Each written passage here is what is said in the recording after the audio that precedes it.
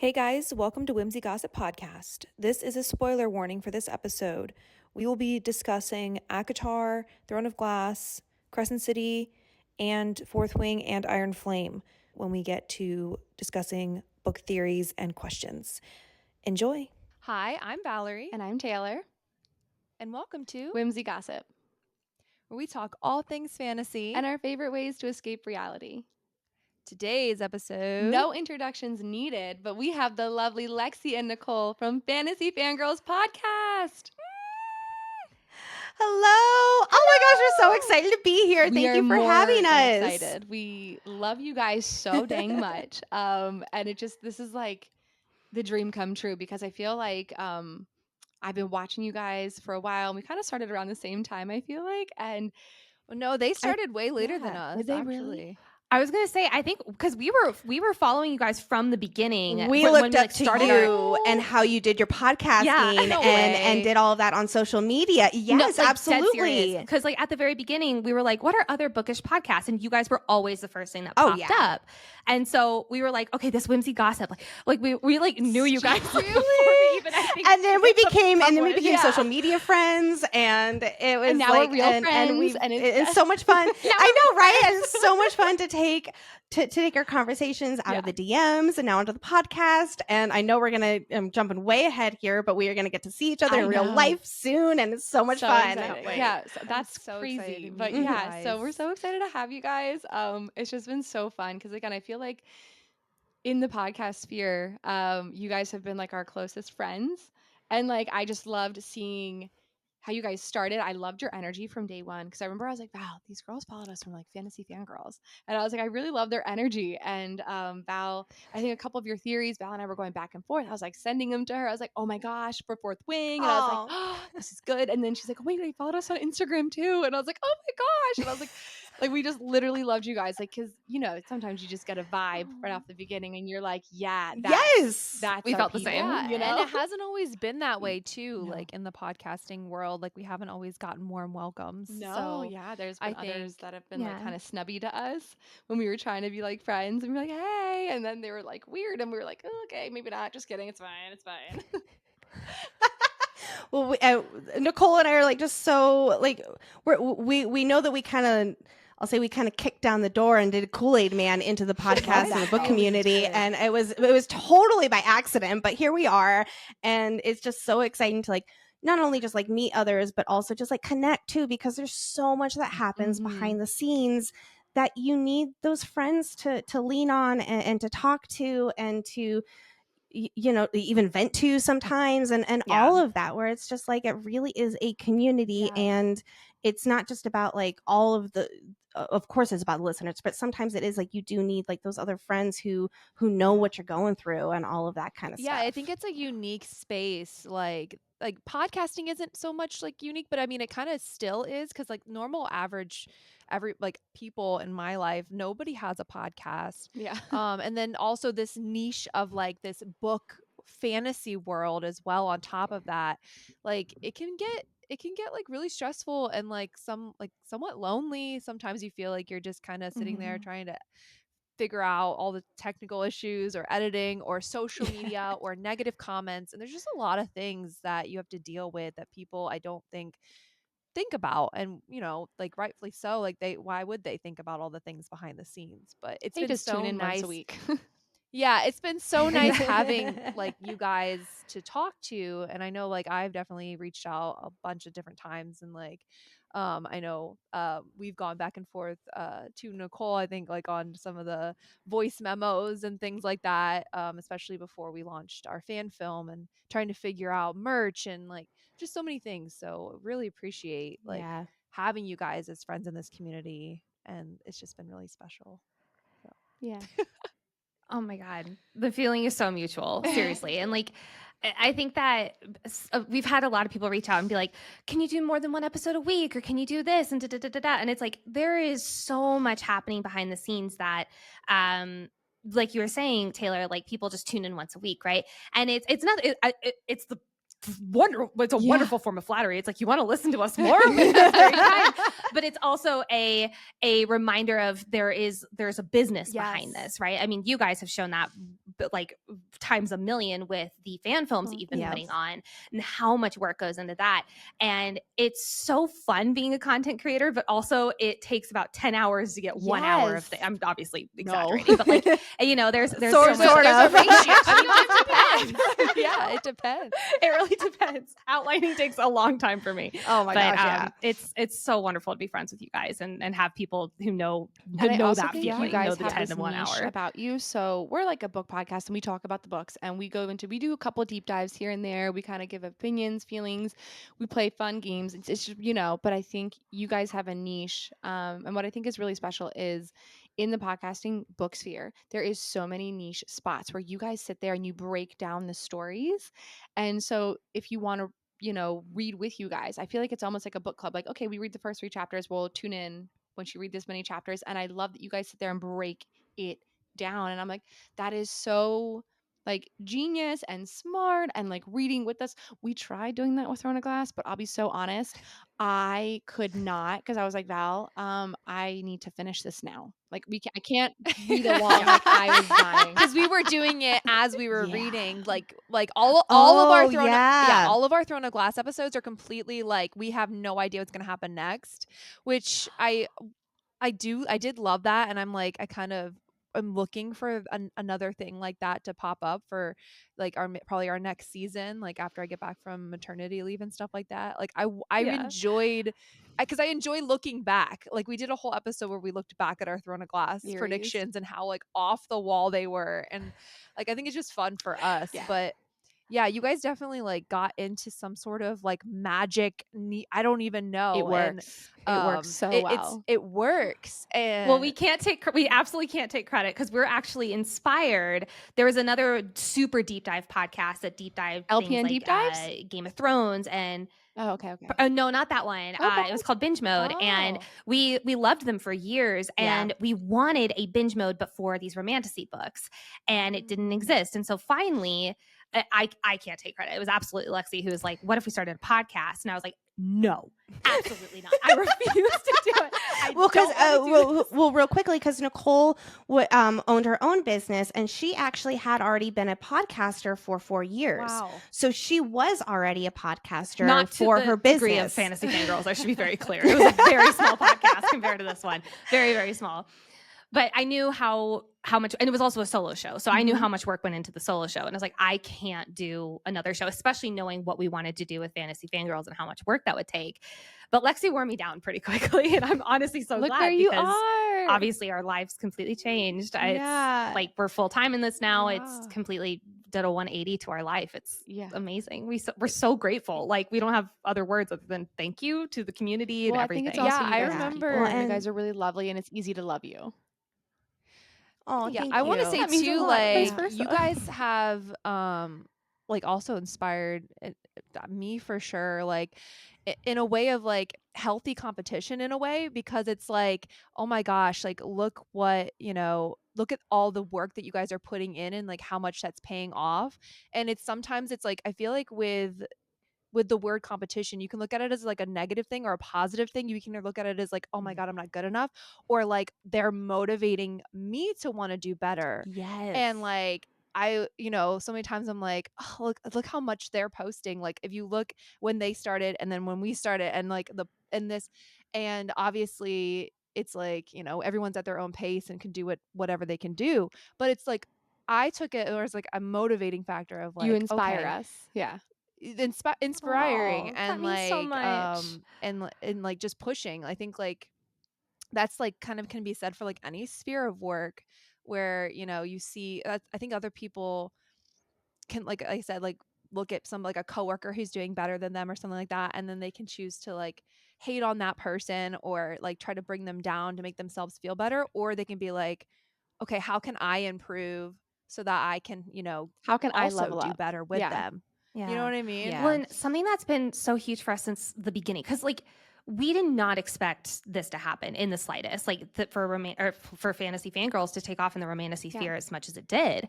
And we we from the very get-go we were like, what's the phrase, the rising tide fills all boats, rises all boats, something like that. We wanted to make sure, okay, we have been gifted this huge gift of a voice in this world. What can we do to help those who don't have the platform that we do, who are authors, who are indie authors and just getting their foot in the door? So like, hence on our newsletter, we always shout out to authors. We have our book club that we always make sure to have independent authors featured on the list of things to pick from. And like, it's just, it always from the get-go, it was, how can we use this to also help the other people in this sphere? And it, like, I don't know if it's juju or karma or whatever, but people have seen that, and they like you're saying, Val, it's like they see that and they really look up to us in that way. And it's like, we want to make sure that we're always pouring back into the community as much as we're pouring into Fantasy Fangirls. And that's been value number one since day one. I feel like it's Oh, great. definitely. That is beautiful. That is amazing. I think that's how, similarly to how we feel about our fan films, like we really want to be able to uplift like small, like actors and actresses, or creators people and who artists. have people who have talent to share, and like try to, you know, highlight that in our films. Like, can we get your name out there? Like, if you help like, you know, scratch your backs, I'll scratch, you know, whatever that saying. And so like we feel that way too. Like, definitely, It's all a bunch of passion. People that are passionate about the same things, and it's like we're all just gonna pour all of our passions together, kind of. Exactly. That's, I think that's so unique with the book. I don't want to say unique, but it's very abundant in the book Very community for abundant. sure. And not just like, it just, oh, I love it. I love it so much. And there's also just like that positivity factor as well too, where it's like, you know, something that Nicole and I really hold dear is being positive, even when we call it, you know, giving L's to our favorite characters, you know, like identifying they are taking a loss, you know, kind of thing, or like a certain thing maybe we didn't agree with the author, but it's still going to be addressing it in a very respectful manner, and always just celebrating these books and these fantasy worlds that we absolutely all love. And it's all about that celebration, including of, you know, celebrating sex and Nicole's like love letters to smut and all of that kind of stuff, and like feeling comfortable in your own skin, and just like loving, again, just loving these worlds and like letting them come to life. And you know, I've always loved fantasy. I was a huge nerd when I was younger, but I call myself a closet nerd, where I like didn't let my friends know that I loved Harry Potter and all of that kind of stuff, because it wasn't the cool thing to do. And now I'm just totally threw that out the window. It's like, look at me, I'm a fantasy nerd, you know? Exactly. And some people are like, wow, like this is new, and it's like, no, it's been not. here this whole time. I am just fully embracing. I am in like an adult mode, and just like just fully embracing that, because like that's what you got to do, you know? Like after a certain point, it's just like, just got to be yourself. And life's too short to be anything else. And Yeah. also like people, I think, don't think that they can do things either. Like, and they're like, that's impossible. I could never be like Fantasy Fangirls. Or people probably think that about Whimsy Gossip. It's like, yes, you can. Like, don't be afraid to like take a risk. And if you're doing something that you really love doing, we're all just like normal people with, you know, our normal I may take your lives X-ray and one day, because I still have a full-time job. There's a good chance. But one day, all it starts with is an idea, and then that idea turns into more. And like, now look where you guys are. And it's like, if you know, Nicole, like you said, that you were like, no, I don't want to do. It's like, can you imagine like if you didn't? And like all of this past couple months since, what was it? Did you guys start in like October, was it? Or September September of last last year. year. From September to now, like all of the things that you guys have done, like just wouldn't exist. And like, is that kind of crazy to think about if you just didn't take the leap? Oh, it's crazy. It's so crazy to think about. And it's like also, scary to think about, because it's like it's our dream come true that we didn't know we had. I'm sorry, let's go. No, it's good, but also like to that same, because fun fact about Fantasy Fangirls is that we originally were going to start with ACOTAR, with that deep dive. And we knew that other podcasts had done ACOTAR and done a deep dive, but we specifically had a very clear vision, again, like that inspiration from Binge Mode, where it wasn't just talking about the chapters in the books, kind of like, I don't say like an English clash sort of vibe, but it really did bring, I'll say, a lot of pop culture references, a lot of fun personality. And I'm not saying that other ones aren't like that by any means, but very much a personality driven, and also educating on like the chapter summaries and on all the lore, and just like really giving it a lot of clear structure. And so we originally were going to do that with ACOTAR. We filmed first 2 episodes even. Nicole like was super planning ahead, and she had like the first 7 episodes mapped I had out. the first 7 episodes mapped out. And I went to Nicole and I said, Nicole, I think we have to do Fourth Wing instead of ACOTAR to start. And she's like, are you freaking kidding me? Like, what are you kidding me? More explicit. And it's like, yes. And this is why I think we have to do Fourth Wing, is because Iron Flame is going to be coming out in a few months. And like, that would be perfect timing. And there literally is nobody else who has done Fourth Wing. And everybody has this massive book hangover after Fourth Wing. And us included. Us included. And it was like, yes, of course we want to do ACOTAR, but we got to start with Fourth Wing. And I think that decision there is what caused us to go viral with our theories on what, like, the day before we were going to start, the day before we posted our very first episode, we had a TikTok go viral, and then on day 1 we had another one go viral, and then that week we had several more go viral. And again, it was just like the snowball effect, where on week 1, like, we joke about how like we had, you know, like expectations where it's like, we'll be happy if we just get 20 downloads. Like, we like, this is just a fun thing. Like, let's just like let it be. And what was it? The morning that it came out? Yeah. Like the first week was 5,000. Yeah. And it just, again, it kept snowballing and snowballing. And we became very well known among the Empyrean fandom as like the Empyrean podcast. And so then, you know, of course, after we finished Iron Flame, then we were so excited to jump into ACOTAR. And of course, then we will be covering Onyx Storm as well when that comes in January. So which worked out perfectly with our ACOTAR schedule timing. Actually, we're very thankful. It's literally that's so cool. So how did you guys come up with a name? How did you guys come up with Fantasy Fangirls? Like, who did it? So it was originally going to be Fantasy Fanatics, which actually was a Chat GPT. Okay. Love Chad. Okay. I call him Chad. Yes. Yeah, love Chad. Love Chad. But however, Fantasy Fanatics, we were like doing the research behind it, and it kept coming up with very similar to like fantasy football and fantasy sports kind of stuff. And it's like, okay, we need to make it a little bit more feminine here, even if we're not like, our audience just is naturally more women focused. It's like 96% according to all of our audience demographics. And so we did decide to go with Fangirls after that fantasy, and of course did all of our due diligence checking to see if that was already taken. That one specific verbiage of it was not. So it's like, all right, cool. And Nicole jumped into Canva. She made a quick logo. It was like awesome. We just whipped it all together, and it's like, boom. we found a song. We're like, okay, we're good. Like, no one's. It was very scrappy. No one's gonna listen to this. That's exactly what happened with Taylor. Did the like, same thing. All of a sudden, she had the Gmail, the logo. Like, I was like, okay. It was very. I think it all came together in like less than a week, and we were filming our first episode. We were like recording it and getting it all ready to go.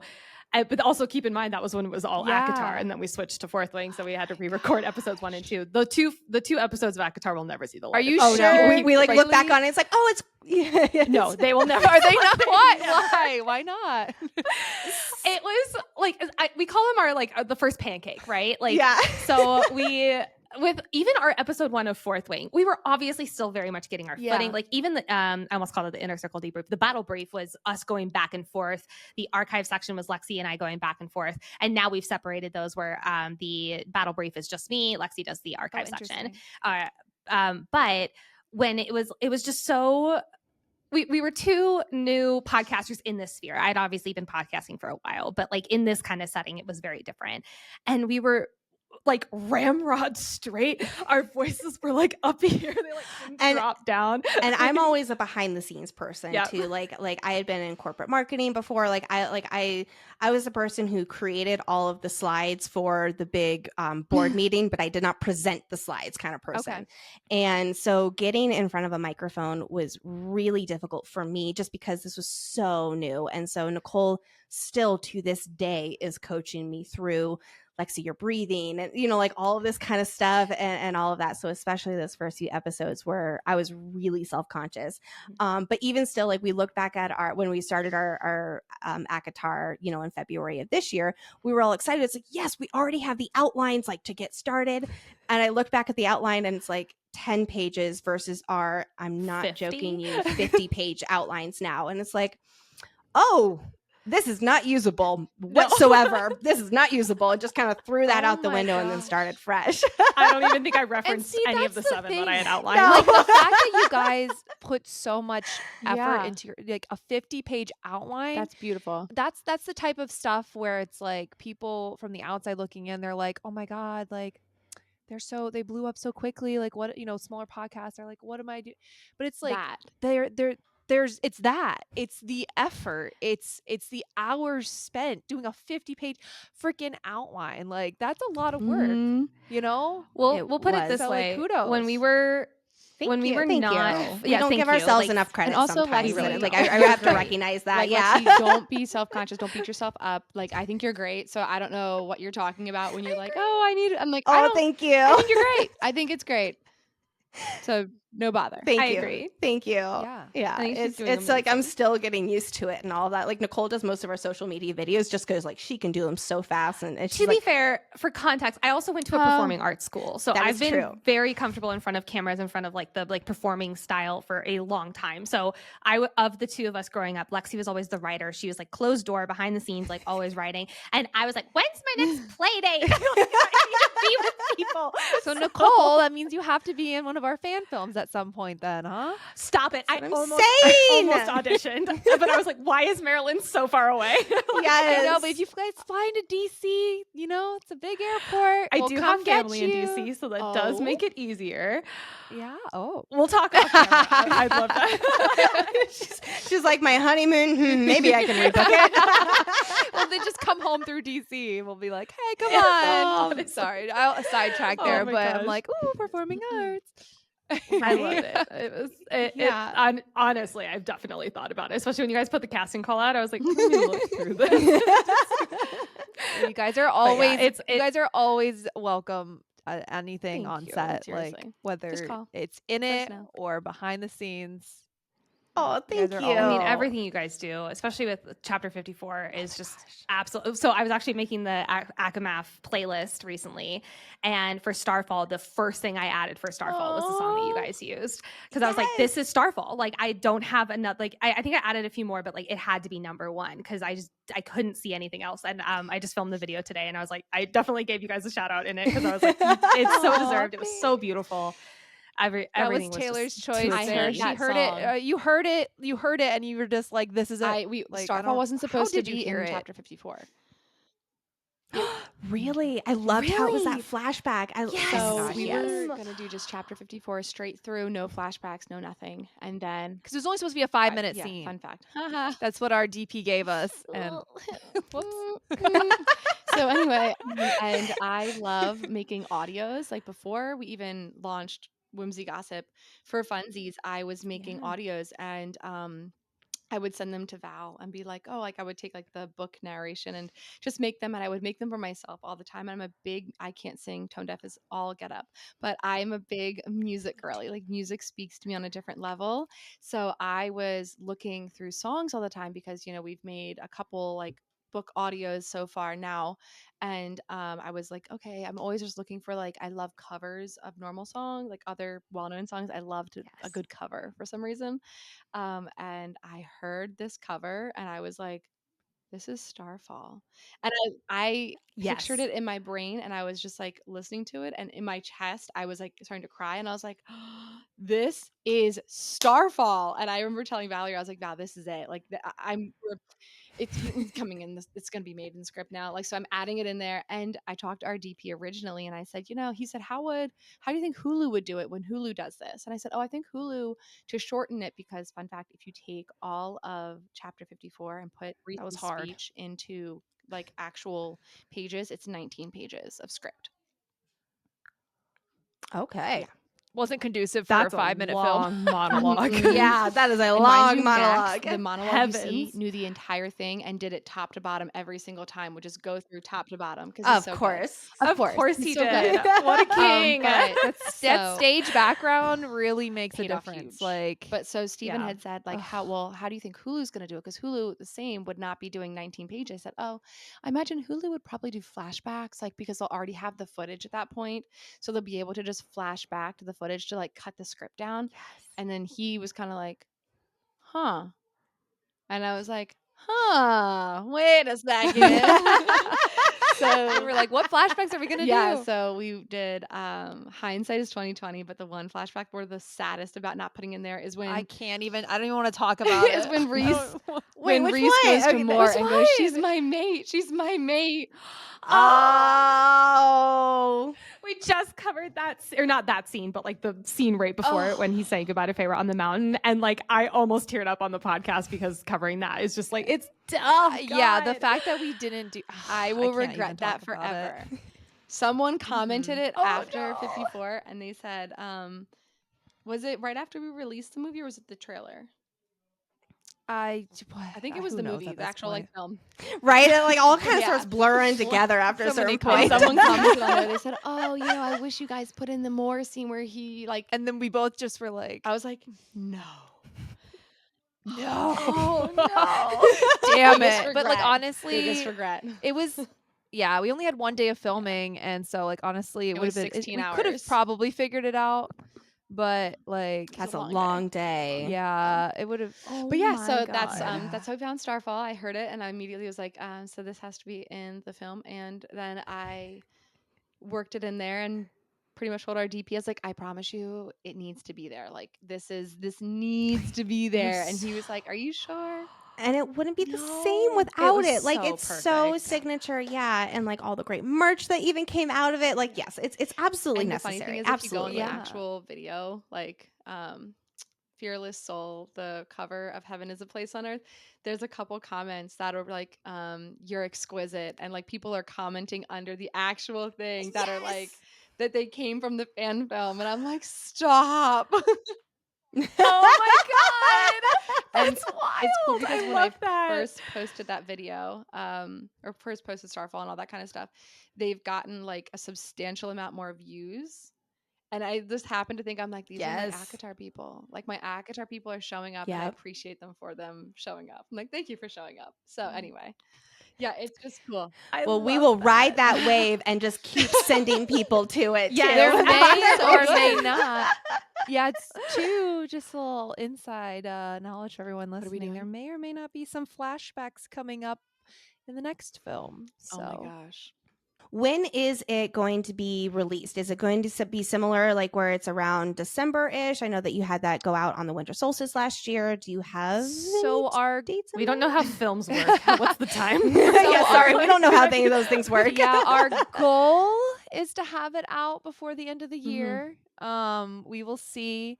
It just depends on post production. Yeah. It's a stuff. lot. This one's a lot because more. We want to have. Yeah. Oh, we're we also can going to have a imagine, yeah. surprise. Hopefully, if we can get somebody to do the special effects, we're going to have another surprise character show up. Oh my but God.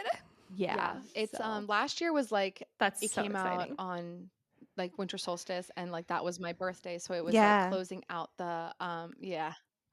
You are Feyre. Stop Yeah, it. yeah, Oh my really? God. Oh my, that's right. I remember that. Yeah, Yes, it is your so birthday it was too. Oh closing my out gosh. my 20s and entering like 30 years old, and I was like my last cool thing I was gonna ever do in my 20s was that. So Yeah. it worked My out really God. well. But we filmed in October of last year, but it wasn't nearly as Late much October, editing yeah. as this one's going to be because Yeah. that one was like a 12-minute scene, and this one's gonna be probably close to 25.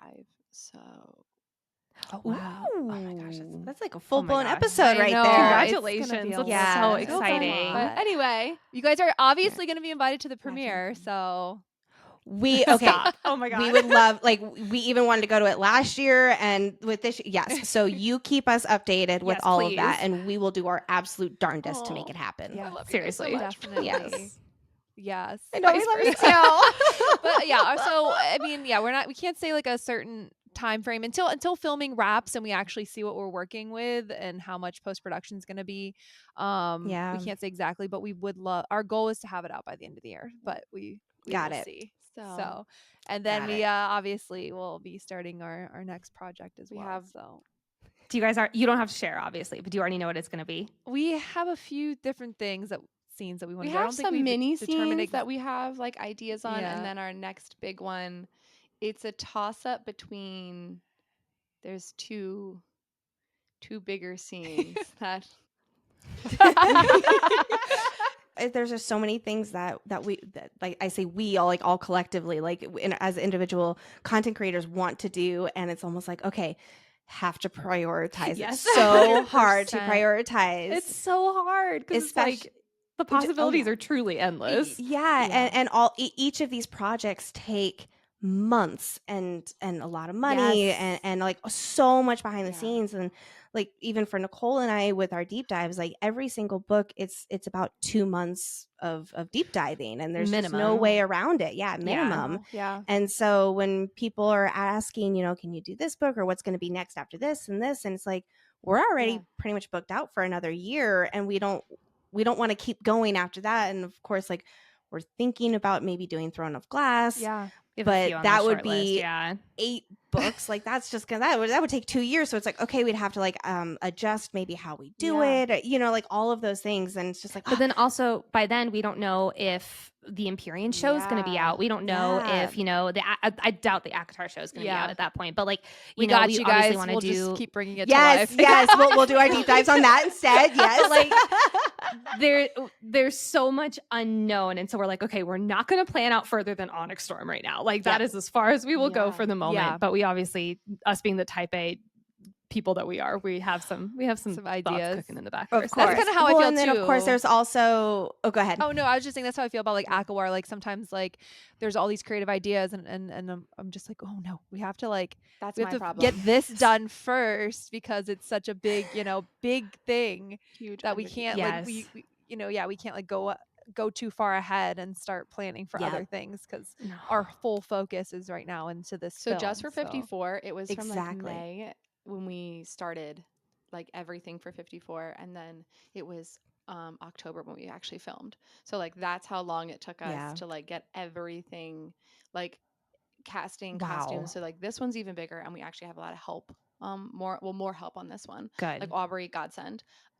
She's huge. Our director, huge ACOTAR fan. Our DP, he knows the things, and we've had a lot of community outreach, which is so helpful. But it's like we started planning ACOWAR right after we started filming. We stopped after 54. We were like, all right, and we're at ACOWAR time Right. now. So that's going to be almost a full year of planning just to do these fan films. And people don't realize, I'm like, it's not like we just get together for a weekend. Like there's permits, there's Yeah, you exactly. get, like No. insurance, there's permits for, the space. Oh yeah.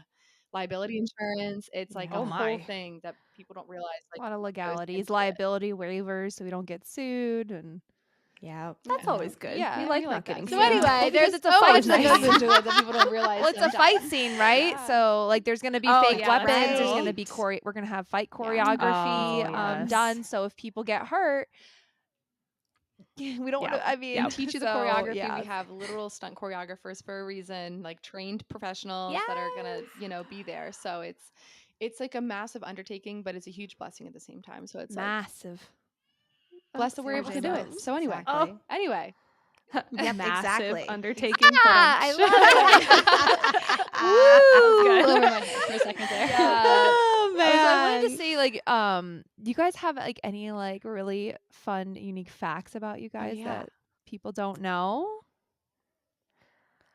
Oh, I'm sure there's plenty. Am I that but- interesting? I don't know. I'll say I'll give kind of 2 completely separate ones. One is I used to be a figure skater. Me too. Shut up. Of course. I love it. Yes.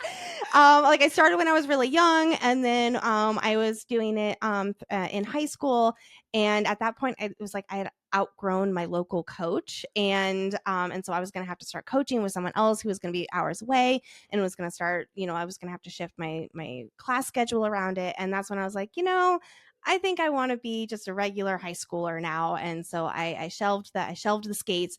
I went recently with my girlfriend and I was like, yeah, I used to be this great figure skater, blah, blah, blah. Well, I went after we had bottomless mimosas and I fell on my I ass love it. and I made the biggest fool out of myself. And anyway, That's okay. but yeah, so that's like It's a the best random time to fact. go. And yeah, right. And then fantasy related, when I was in middle school, I was like, I've always loved Harry Potter so much. I was definitely one of those kids who would go to every single midnight premiere, and I created a Harry Potter RPG website, like the whole taught myself HTML and all of that, and it was like really popular. And like I was in middle school, and like none of my friends knew that I did this. Like I Oh my was, it was God. I You like, were Hannah really didn't want Montana. anybody to know that it. And so like then I like come home and like I do all that, and like it was like really popular and big for a while, and so yeah, that was like my baby for about a year or so. So those That's are so my cool. fun facts. Oh my gosh. Oh my gosh, what house are you? I too. am a Hufflepuff. Me too. Yes, look at us. Yeah, all three of us. All Nicole. right, Yeah. Nicole. Got my Gryffindor self. Yes. over here. Wait, what's your guys' astrology signs? Capricorn. Sagittarius. Sagittarius. I know, right? Yes. Stop. Like, Oh my god. The I love Sages. it. Oh my Why is gosh, it always yeah. the Sages doing this stuff? I know. We're efficient, you know. Oh my Yeah. gosh. Wait, so yeah. wait, Yeah. are you December, November for Sag? December December December 6th. 21st. December. But Yes. Yeah, I love it. I love December it. What about 20th you, Val? December She's the 20th. day before me. Me and Tay are Okay. one day apart. Like, Oh my god. So, how did you two meet? I know you both used to live in Maryland, right? Mhm. And Val moved away, or yeah, I met Taylor as Princess Anna. So Yeah. we lived about 45 minutes to an hour away from each other. So like we never interacted like or went to school together or anything. We literally found each other because I was a part of a princess company in my area of Maryland, and she started her own princess company, or you were part of Mhm. one and then you started your own princess company. So and one day, like, kind of just collaborative, kind of how this, world is, like we needed a Yeah. princess Yeah. to help us out with a party. We needed an Anna. And so she drove down and I met her. She was already in her whole getup. And I played Belle that day, I think. And then When I took we my got wig back off, and you she got me. literally were like, I can't see you with brown hair. I will never forget that. that is such Yeah, and a then she did fitting makeup way for you two to meet. Yeah, and then she did my makeup that night for a really crappy Tinder date. And yeah, that was like 10 Yeah. years ago almost now, I feel like. Whoa. So, yeah, Oh It's my a really long goodness. time ago. Oh, wait, Nicole. That's what are amazing. I your two love random that. facts? Oh yes. you got Oh one. golly. I'll do the a reading one. So I actually was not a reader growing up.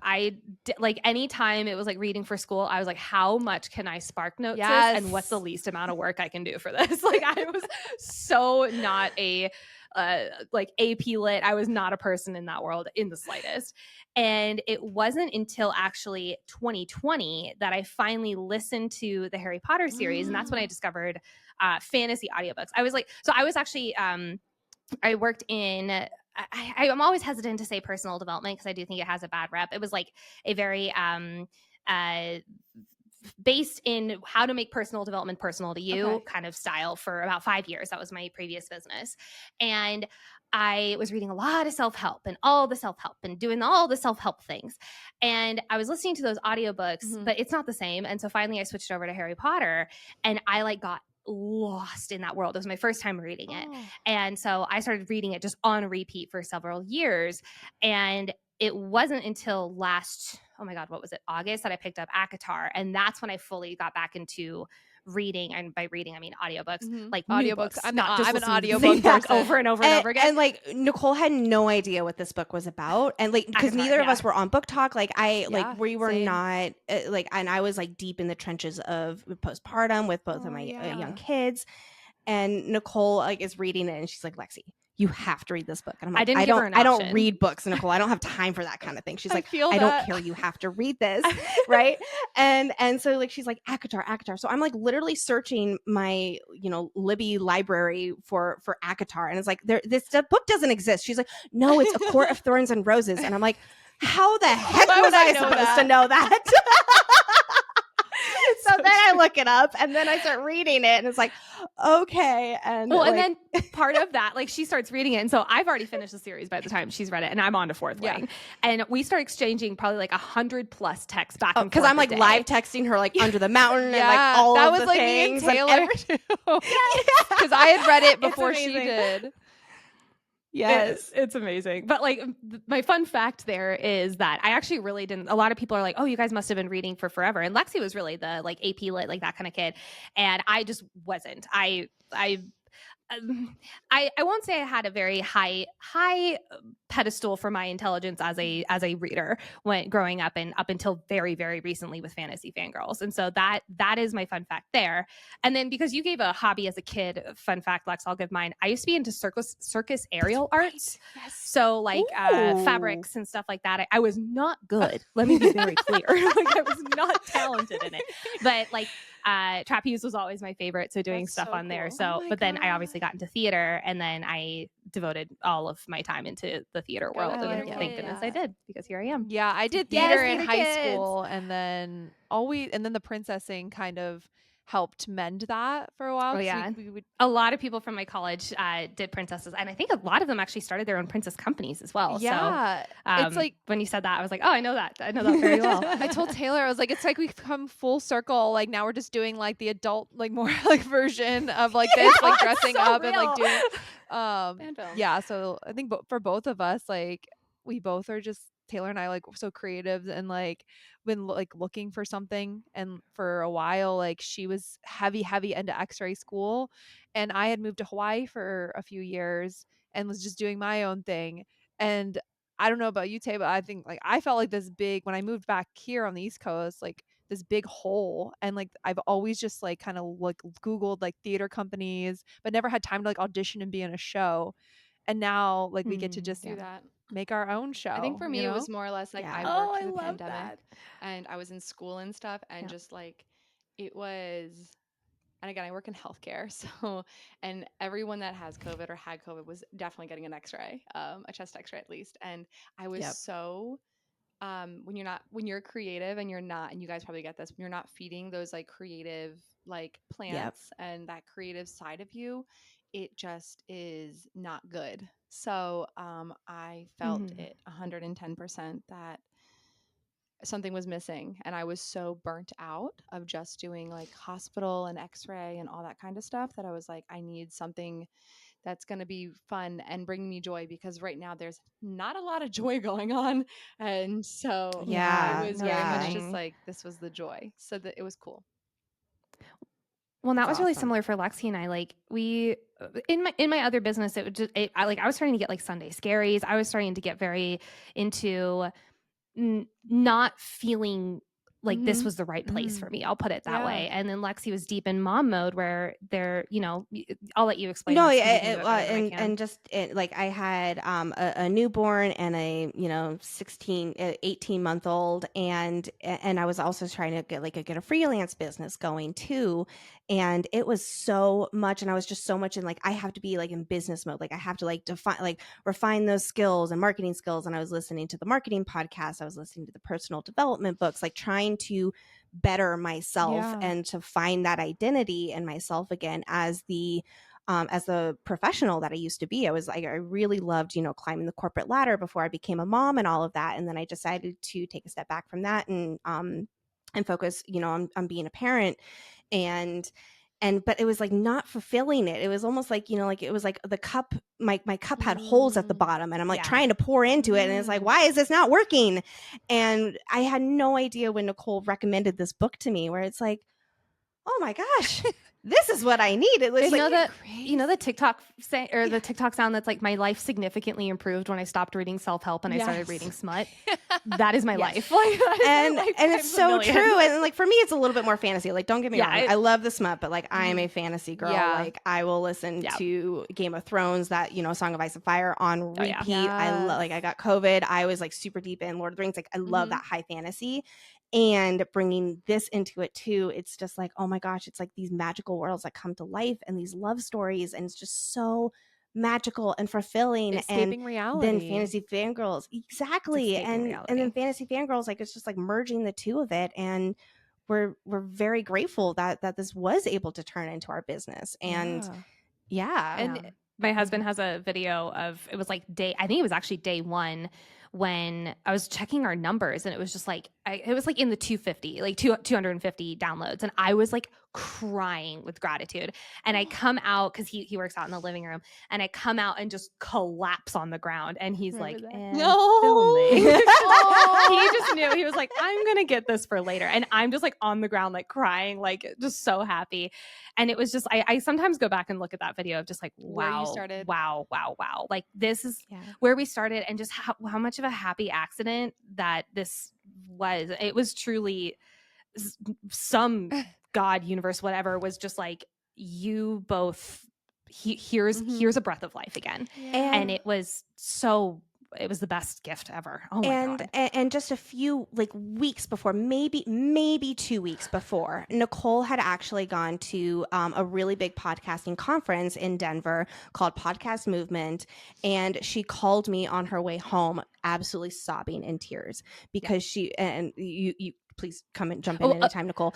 But yeah, so like, here, you go ahead and tell. I was gonna say, so it was day one, and I was attending all the panels and stuff like that, and it was all these like podcasting bros, you know, and they were all like, if you don't have X amount of downloads, then your podcast isn't even monetizable. And it was like, and I had a goal of, I really wanted to be a full-time podcaster, but I was thinking about it entirely with my other show, because it was my favorite part of the business. And I went into this podcasting conference being like, okay, how am I going to learn how to start making money moves towards that? I'm a very goal-oriented person. I'm very like high achiever. So I was like, how do I make that happen? And so I'm attending all the like the big panels with like all the big podcasters, and it's all these bros just beating my soul into a pulp, like absolutely just like crushing my dreams. Nothing. And so I call, you'll never be anything. It was Quit while you're like, if behind. you don't have this, like no, like word for word, like they were saying some things like that. So I'm calling Lexi, and I'm just in the middle of a full-blown panic attack in my car, and I'm like, I'm never gonna make this work, and I'm never gonna have my dream come true, and da da da da da. And Lexi, being the amazing, wonderful older sister that she is, because she's the person I call when I need just to weep, she was like, Nicole, you're here for a reason. Something's coming out of this. Something's coming. Something bigger. You're going to learn something more from this. Little did she know that I would literally. I didn't know I was going to be involved in it. What? Please tell me you guys are going to be at this conference this year. I really want you to be there, and I really want you guys to be like, I was here a year ago, and I listened to nothing of what you said. So trying. we will say that because they're accepting applications, so we did submit ourselves for an application. So fingers crossed. I will also say that the day that it starts is the first day of my son's preschool, and so now it's like, okay, if we do get a speaking opportunity, like that is absolutely huge. So of course we would do it, and I will deal with the mom guilt later. But otherwise, yeah, like but we are definitely talking about Full going circle. to it. Yeah, like right, full circle there. Yeah, and I you would bet love I'm to going look to at tell those that story on podcasting stage bros. if we have that option. Please. Yes. I hope I see those podcasting bros and be like, look at me now, motherfucker.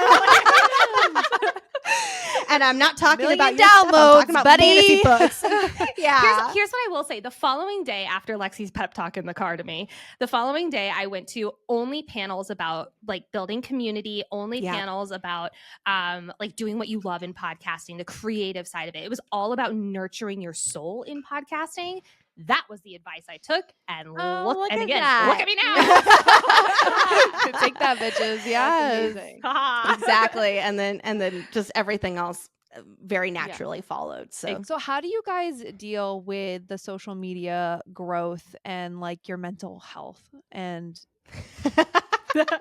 We have a sanity manager who let's yells just at jump us. right into like, just tell me everything. I'm just kidding. This is now therapy. Go We ahead, have Nicole. different and yet similar approaches to this. Yes. I think I think a lot of people forget that there's a person behind the comments. And so for me, honestly, the posting and the I'll say excessive posting, because we, at least at the beginning, we were posting like 3 to 5 times a day. Yep. We're now down to like, 2 to 3, I'd say. But it is a lot. But it's so creatively fulfilling that part doesn't drain me. And I won't speak for you, Lex. The negativity associated with some posts that do go viral is really hard. So one of the things that I do really try to do is whenever we have like an influx, like for instance, Lexi posted a carousel of us today, and it was just like flooded with positive comments. And it's Oh my like, gosh, okay, yes. I want to focus on this as much as possible because that is what's going to give me energy to keep going, and you know, the positive side of the mental health aspect of it. I will say something I'm struggling with right now, getting a little vulnerable, something me as a Capricorn don't do. But like really stepping away is so hard. Yeah. If I'm ever sitting down, I'm like, okay, like, you know, responding to comments and stuff like that. And it's like, wait, no, like I get to nourish Nicole and take a fucking second. Yeah. Sorry, You're I'm also fine. cussing. No, I hope we that's cuss okay. it. We cuss it. I cuss so You much. sure I did cuss are. so much. All right, cool. Okay, good. Like I'm similar too, where like I literally don't know how to rest, because if I am sitting down, I feel like I should be reading, you know, like working on like reading the next deep Yeah. dive part of it, or I should be answering DMs or comments, or like I should always be doing something because our phones are so accessible. Yes. I feel And that. it's right. And it's hard. really, really hard because I don't get a lot of time with my husband right now, just because I'm with the kids during the day, and then I do the outlining at night. And whenever we do have those hours together, you can tell that, you know, my phone being out is not always fun for him, which makes absolute sense. So like I have to actively stop myself from like grabbing my phone and searching through everything. Yeah. And also understanding, like Nicole was saying, like it's okay to rest, it's okay to relax, just because everything is available 24/7 and there's always going to always be things to reply to and things to do and da da da da da. It's like, no, in order for me to be able to do those things, to be able to pour my heart back into this community, I have to Recharge. give myself Yeah, something here sometimes, absolutely. you know. Yeah. So like and- honestly, putting my phone on do not disturb has been one of the most greatest gifts ever. Like you know, at night or something like that, I'll be reading, because I've started like I haven't like physically read a book in so long, and at night I've started reading, like physically reading, and I put everything on do not disturb. I put my noise canceling headphones on, and that is my time. Like my husband does not bother me. It is my time only, and stuff like that. I'll also say therapy. Huge shouts to therapy. I'm pretty sure that's the only reason I'm saying. 100%. I just started my therapy. Yep. 100%. Because it was like, oh, I don't have time for this. And Nicole was like, Lexi, as your business partner, I am giving you, like, I am making you do this. This is now part of your business tasks. Yes. But yeah, and it's like, oh gosh, like we really are very grateful that I'll say like 90% of all of the comments, all of the DMs that we get are super positive and super loving. And we are so grateful and appreciative of those. And those are the comments and notes that just literally get us through every single day. Yeah.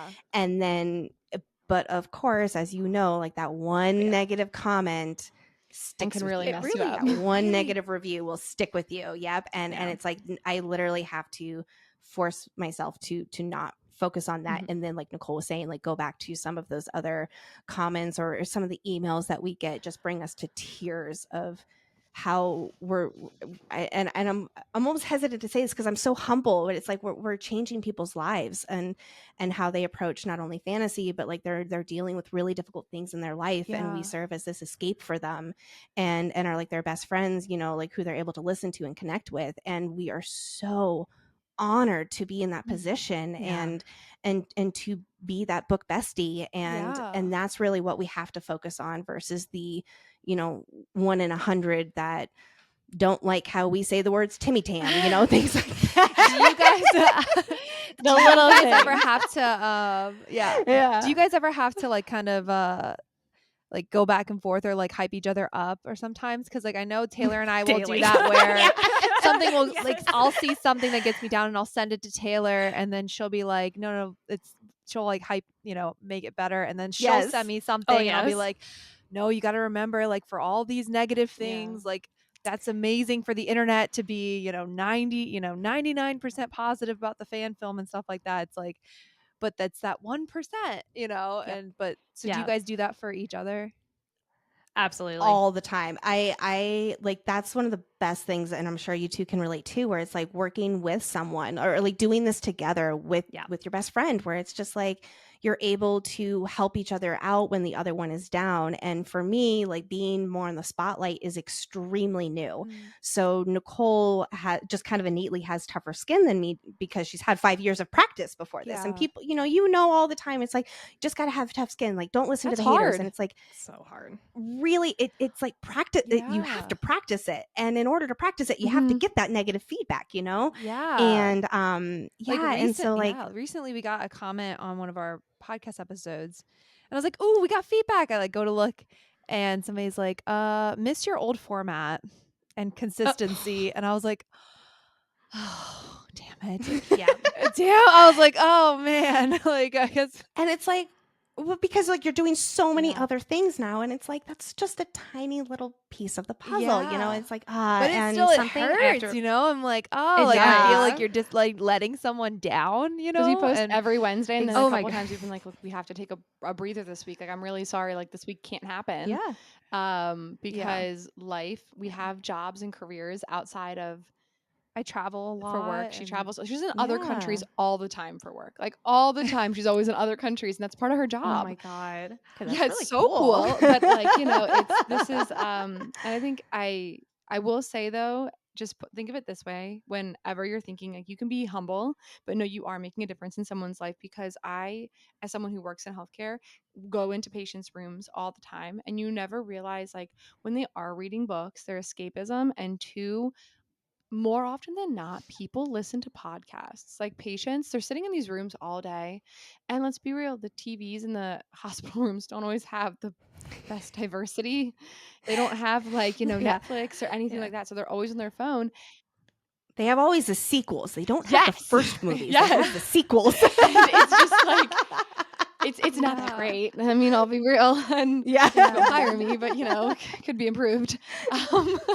But I noticed that people are always listening to podcasts. So, you might be catching someone in a stage of their life. There could be, because I work in an oncology hospital as well. Like, we have a huge oncology wing. Never know if you're like they're listening to you while they're getting chemo, like while they're going for their treatments, and you just never know the escapism that they're being able to, like, the happiness you're being able to provide. So just wanted to get that out there. And that was exactly. And that's so true. And like to your point about hospitals, like we have had fans and listeners like message us saying that they are going through really difficult things, whether it's them or a loved one who they're caring for. And it, like I said, the word, we're so honored, but it's just like the fact that they do choose to listen to us in their ears. And it's like, and consider us a best friend as a result. Like, they're like, I've spent 52 hours with you. You are my best friend. And it's like, and they're reaching out to us, and it's just, you just want to give them a hug. You just want to give every single person the biggest hug, and just like they make those, long evenings the best, where it's all worth it. Like all of that, all of the dedication, all of the extra hours, all of the blood, sweat, and tears that we put into this.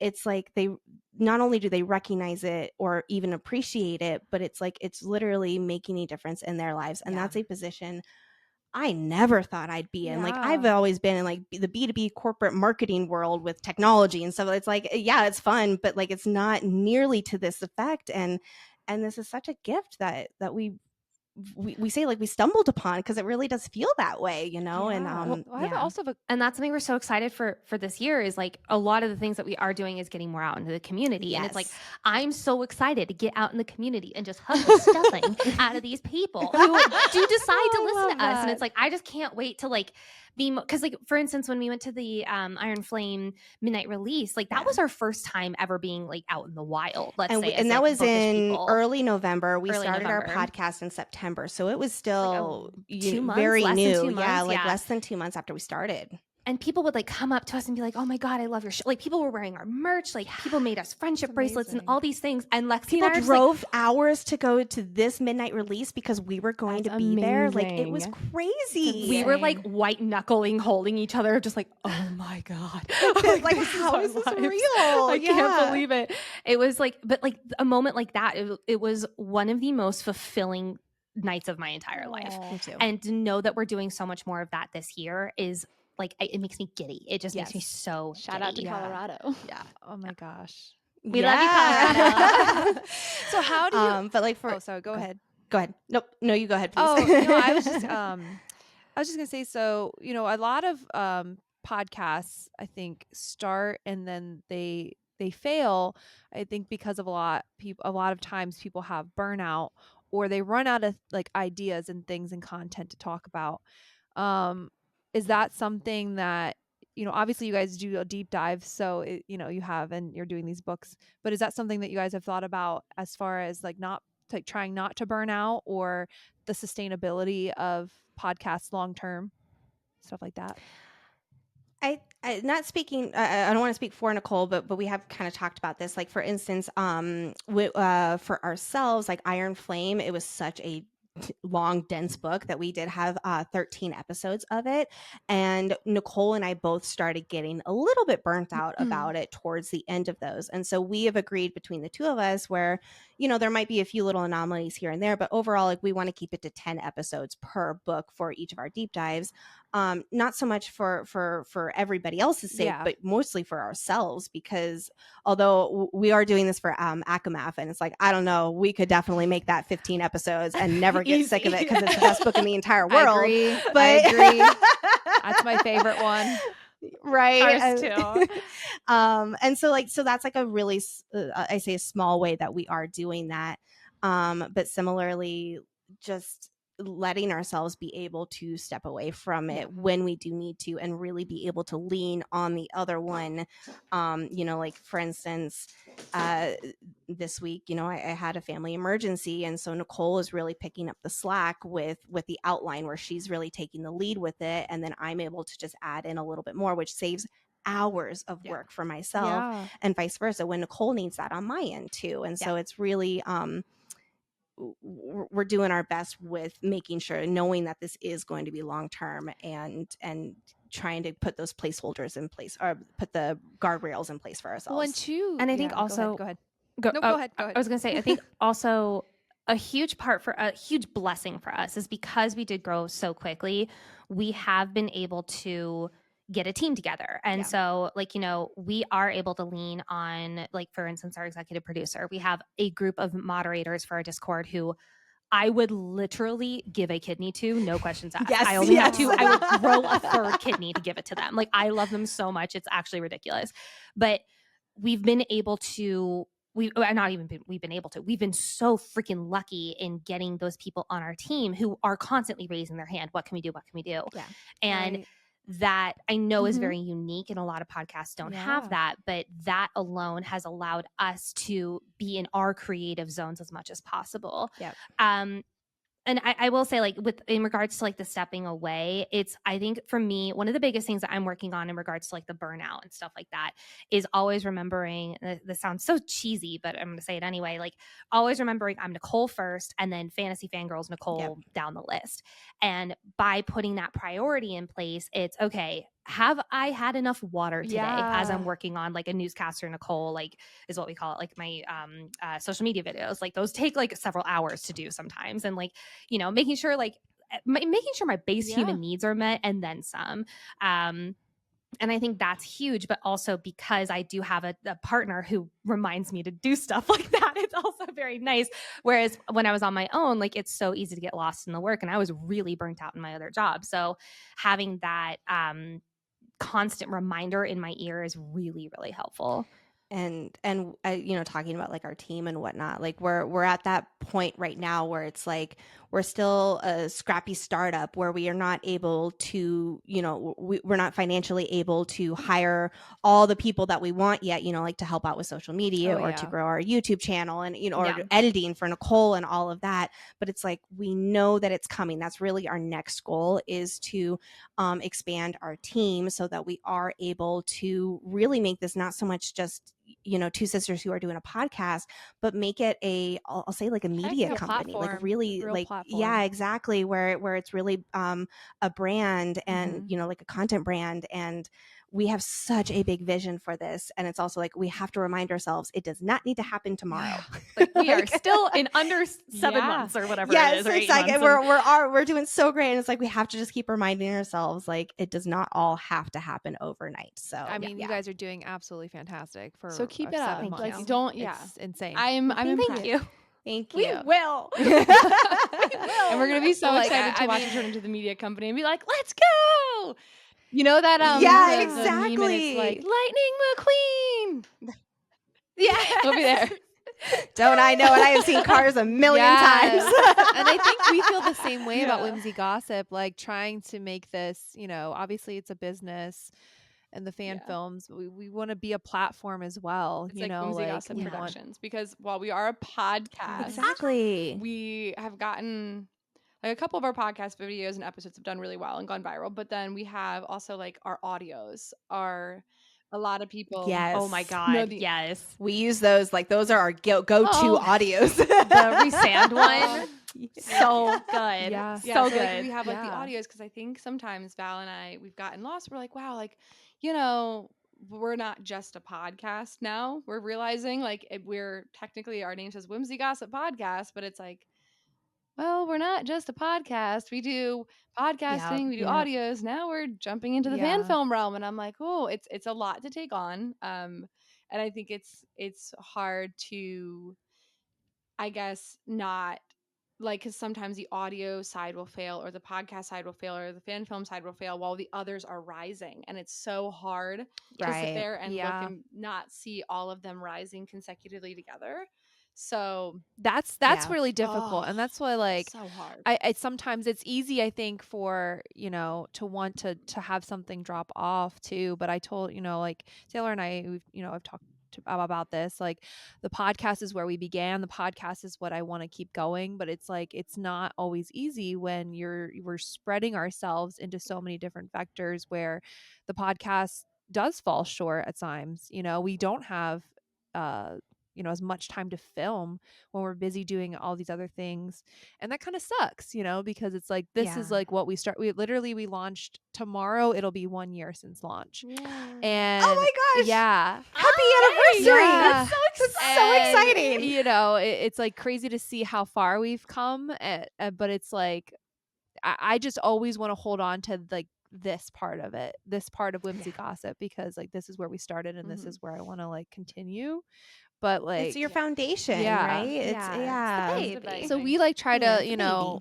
like to try to avoid like the burnout for like us, like we try to not go like continuously. Like it's very impressive that you guys have been able to like jump from one to the next, but it's like I was like trying to think of ways not to burn out, and so we try to take these 13 episode seasons and then take a month or two off, but in that month or two you're not really off. It just like allows us that time. It allows us that time to like catch up on filming and stuff like that. And also prepping for the next season, because we started yeah, doing more like guests all this that season, prep. which Feel like that. we love having guests on, but we were like, okay, so now we're coordinating with all these people, and it's coordinating. Yeah, with that guests, too. and it was like, It's whew, hard. Okay, that's something. Because like her and I used to film. I'd be like, Yeah. okay, get off work tonight at 11. Let's film until 1 a.m. And Yeah. Wow. Yeah, so like that's kind of how, I mean, I guess for anybody else or anybody that's listening, like how we've tried to manage. And I think that that's just Yeah. because we're spreading ourselves like into so many different directions that like we like to keep this podcast alive. Like it's something that we just have to do. Yep. So yeah, That's fun. but Yep. No, we and totally get that. And for us, especially just in the like for instance in the lead up to Iron Flame, there were teasers dropping left and right and all of these things. And we were essentially like journalists, where it was like as soon as there was breaking news, like Nicole and I would drop everything, put together an outline, record it, Nicole would edit it, and we would have that turned around and out there within 24 hours. We did that with Onyx Storm too. I'm And like, it's you guys are it's so on it. Like, insane. But we should also mention, like, with Lexi being a part-time freelancer, also Exactly. being a stay-at-home mom, I was, my own boss. So, like, we were able to drop everything in the middle of the day and do this. Gotcha, I mean, yeah. obviously, we had to work around, like, kids. We didn't drop the kids. yeah, I just they take care of Some themselves. not. You're over But, your like, own. right? We leaned on support systems. We also had a very I won't say flexible schedule, but we had a much more flexible schedule than some people. Yeah. And so like Yes. we also were in a position where like you know the quote that's like it takes 10 years to become an overnight success, quote unquote. Like we were in the position where we had worked 5 years to get to a point where this could happen for us just totally by accident. And so, you know, like we were able to record in the middle of the day when we were more on versus, you know, at night when like if we were both working 9 to 5s. And so we were also in a position where it was set up where we weren't in a position to burn out as much as some. Yeah. Do you know what I mean? And that is something that, you know, Taylor and I have talked about too, because like, I think it can be easy to do, like I said before, the comparison thing and like comparing yourselves to other people. And you're Comparison like, is a thief of how are joy. these, how is this, you know, and it's not just you guys, it's other people as well on podcasts and platforms. And it's like, it's easy to sit there and compare and be like, well, we started at the same time and then these people are here and these people are here. And, but you know, Taylor and I go back and forth to remind ourselves like, okay, we're doing all these other things too in our lives. Exactly. Like we don't know what yes. we don't know what they have going on in their lives that, And you that's know. and that's why I want to be so transparent. Like I just did And a like we video that was appreciate like that. here's the like background of Fantasy Fangirls. Oh yeah, Here's I all this watched stuff it that we did in and the I was lead like, up. I was like, Well, and, wow. like, and people were commenting on it and like thank you so much for this transparency. And it's like one of the biggest pet peeves that I have is gatekeeping. And Lexi and I from the get-go is like we want to put it all out on the table. Like we want to make sure people know that we were in this position where we could record in the middle of the day. Like we don't want it to seem like look at us like doing it all. Like that was the last thing we wanted it to be. And so that those types of videos I love doing because it really shows people the backstory and the background of how and this then came also to at be. the end of the day, And you just have to keep in mind, like if you love what you're doing, don't stop doing it. It doesn't matter. So my husband, when we first Exactly. started, like we hadn't even launched a podcast episode yet. I love him. We had just put up a couple like teasers and TikTok videos. And I said, we have 26 followers and, you know, on TikTok. And he was like, yeah, babe, but like imagine 26 people in our living room right now. That's kind of a lot. And that would make our living room, like our house kind of cramped. And I was like, oh, yeah, you're not wrong. Yes. And then he's, you know, it's just the idea of like, take 26 people, put them in a living room. That's a lot. You know, and like people online, like, look, I only have like 100 followers. I'm like, have you been in a room with 100 people? When we hit 250 followers, I was like, that's how many people I had at my wedding. And that was a lot of people. And then now I look at numbers and I'm just like, oh my gosh. And then someone the other day, because we feel like a baby podcast or like a baby account still because we're like, oh, we're still so new because, you know, it's only been around for a year. And we're always like, oh yeah, we're still like babies. Like we're still like, you know, little ducklings looking around like, who knows? And so yeah, and it's very weird because you know, my coworkers kind of have heard about it and they say certain things. And I was just on a movie set this past weekend and they were like, you know, you have X amount of followers on TikTok that's like filling up 3 or 4 stadiums. And I was like, well, when you put it that way, I was like, yeah, don't stress me out, please. Like that's a lot of pressure. Yeah, right. It's like, well, I gotta kind of post later today. Okay. And they were like, yeah, so that's like Taylor Swift concert times this many times. Think about it that way. And I was like, I'd be like, and now I'm burrowing myself into the ground. That was Thank you. literally- I was like, yeah. Yep. okay, that's cool. Yeah. Started panicking literally. Yeah. So it's weird to But think it's about. like as long as you're doing what you love and you're you're having enjoying fun. doing it. And that was the thing too, like Taylor and I talk about like if we ever are not enjoying this anymore, if this is ever becoming more negative than positive in our lives, then it's like why that doesn't matter if we had 2 followers or 200,000 followers, like we shouldn't do something we don't like or want to love to do anymore. And you know, we had that as well. Yeah, especially so, in the beginning where it was like, if this starts becoming more stressful, Rewarding. then we're enjoying Rewarding, it. Then we'll pull the plug kind of thing. And that never happened. And as we do look ahead to like this year, we even have several weeks that we're looking ahead where it's like, all right, we're going to take a break and like not do 1 week. And when we actually, like Nicole, when she's going on her honeymoon, it's like, why, like, let's not kill ourselves over this because we're also doing some live events around then too. It's like, let's just anticipate having a 1 week break and the world is still going to keep revolving and it's And okay. completely honest. Exactly. And like we even have people messaging us being like, take a break. Please. Yeah, we And literally we're have people "We're be like, you need to trying." pause. like we're worried about you. It's like, no, we're fine. And like I said, you guys have been back to back to back. I'm like, it is Well, we grow like on our knowing breaks, how which much is work so that goes into that. I'm just like, that's a lot. Like, you know, I'm like, so It I is feel a that for lot, you guys yes. too. It's been a Seeing you guys, lot. you go back to back. I'm like, that's amazing, very impressive. But like, also like, take a break for a second too. Like, We're excited to take a break. We are after we finish ACAMAF, we are going to take a 1 week break before we jump into ACAWAR. 1 week sounds so small. It's huge for us.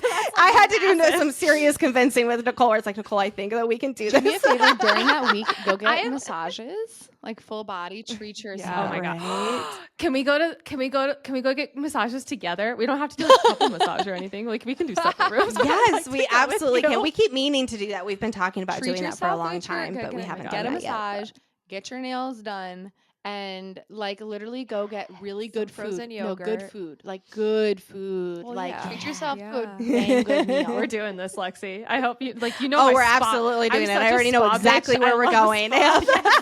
All right, so I had some fun like games and like book questions. We can kind of segue into this for you guys. So the first one is, if you had to pick one series between ACOTAR, Throne of Glass, Crescent City, and the Empyrean series to only read for the rest of your life, which one would you choose?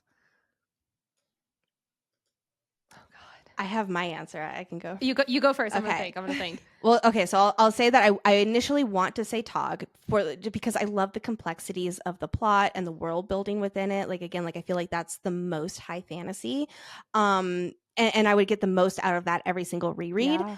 But ACOTAR's characters, Cassian does and the not exist in places, any like, other it's series. so So like right, like I need Yes. need these characters and this magic, Oh. right?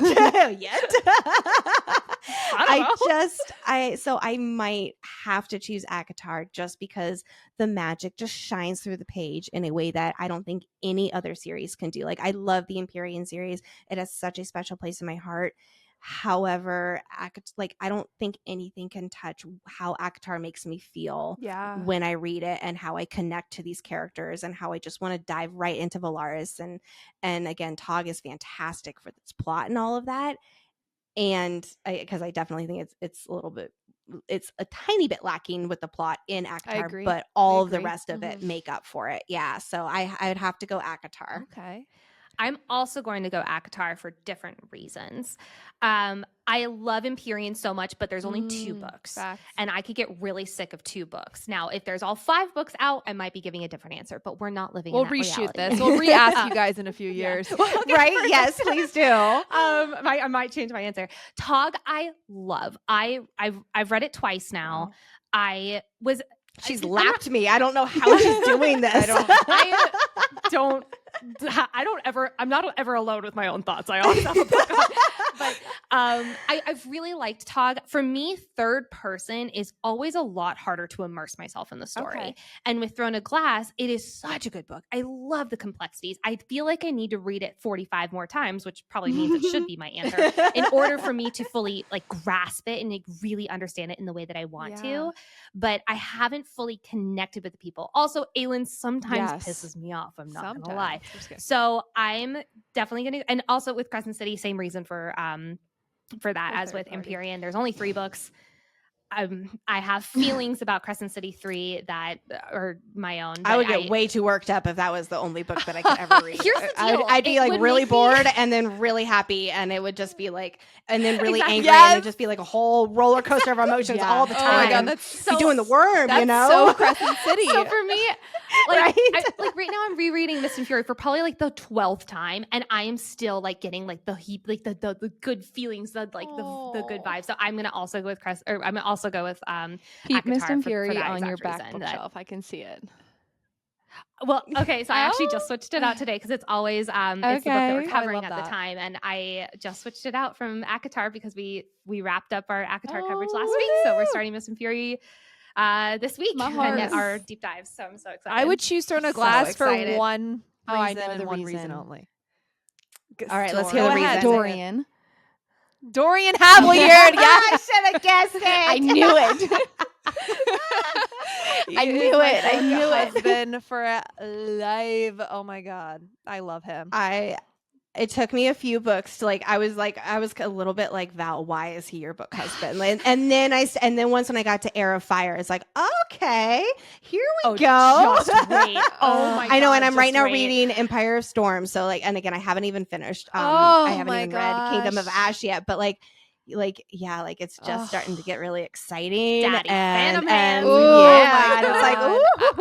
I don't know what it is about that man, but like from the jump, like from the very first book, he just won me over, Yep. and then it just I love and then it just got better. Like, you know, it's Yeah. like it can only go up for Dorian. Cassian. it went I've down been a little Cassian bit, since but- day one. There's been no comparison. The moment he said, "We don't bite unless you want me to," I was like, Yes.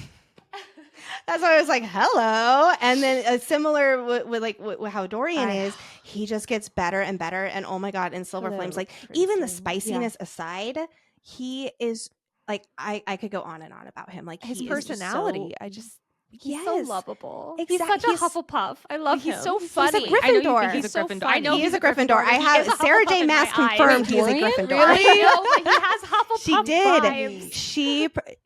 So we had a recent bonus episode where we brought Daniel Alexander on, and so we had like a fun game where we were guessing all of the characters' Hogwarts houses. And Sarah J. Maas actually did in an article. I don't know when it was, or It was a even where while ago. It was before Silver Flames. wow. It was before released. Silver Flames.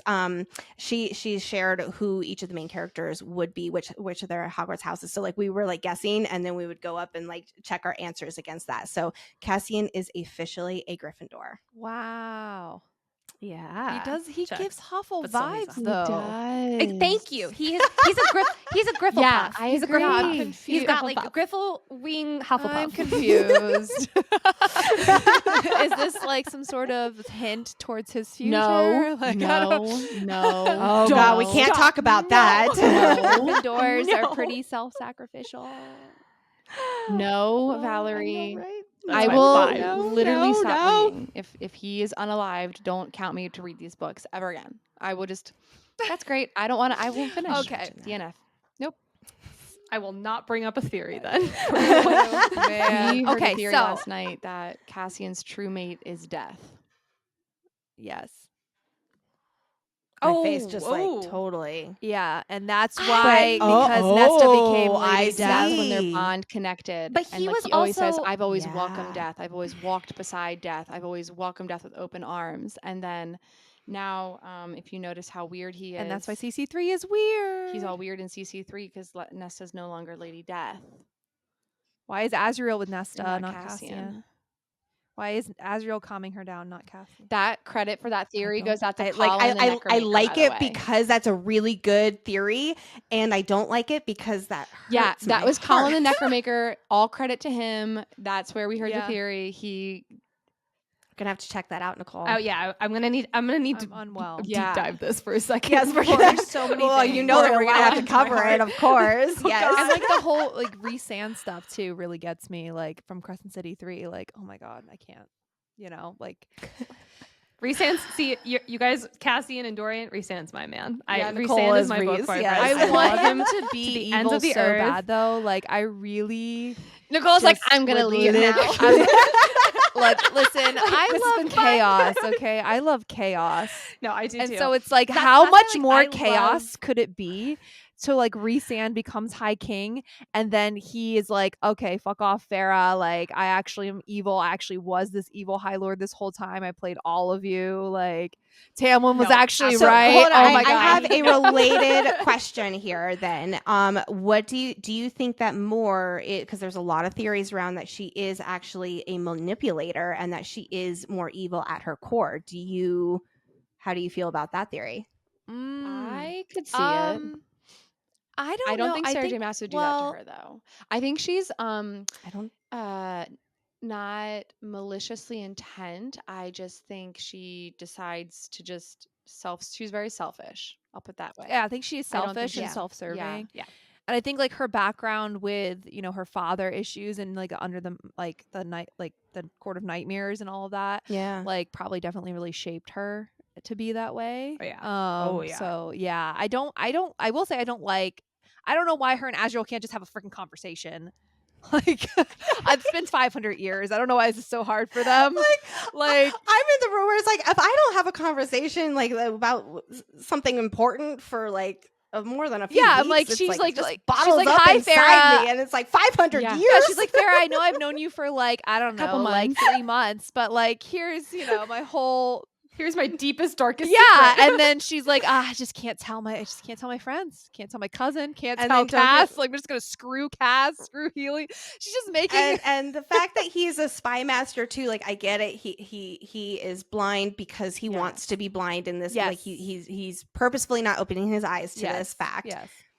And But she's also like Azrael. being very confusing because she's like, I'm just gonna go sleep with Cassian instead. Like, And okay, Helion and other what does every that other mean, male, Yeah. Or Helion, And then she's like, I'm just gonna Helion go hang too. out, with Healy. And so it's like she's also just doing things that are very That's confusing. just very hurtful to him.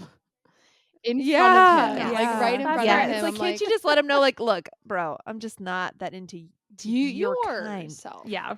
Like, to your in fact, I wingspan feel is like nice, if she but like share- it's not. Yes. I'm not really into the wingspan. You know what I mean? I'm into. Exactly. And again, Yeah. like I get it. It's her Mhm. secret to share when she's ready, and Yeah. this is your. it fan doesn't even anyway. have to. Yeah, She doesn't have to say, yeah. give her I the have reason feelings why. about she that. could at least just say like she doesn't have to say like outing her secret to him. Like she doesn't owe him that. She can simply just say, I'm not into you. Move on.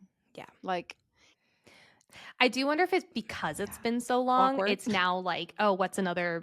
It was like times a million. Yeah. And like, I wonder if it's like, oh, well, what's another Yeah. year? What's another year? What's another year? Wait, It's been true. 500. So I Like- do think there's an element of that. Like, to have it. you ever Doesn't had excuse somebody it. where like you're talking to them for a long time, like for a really long time, and you do not remember their name or like Yep. how to pronounce their name, and it's just like it is too late to turn back now. I am just Yeah. in this, and I'm just gonna have to I deal with thought- I'm it. very curious. I'm very curious to see how people are going to react to a scene that we put into Akawar film, a moment with Azrael and Morgan. Oh. I'm very curious to see how it's going to be perceived. Ooh.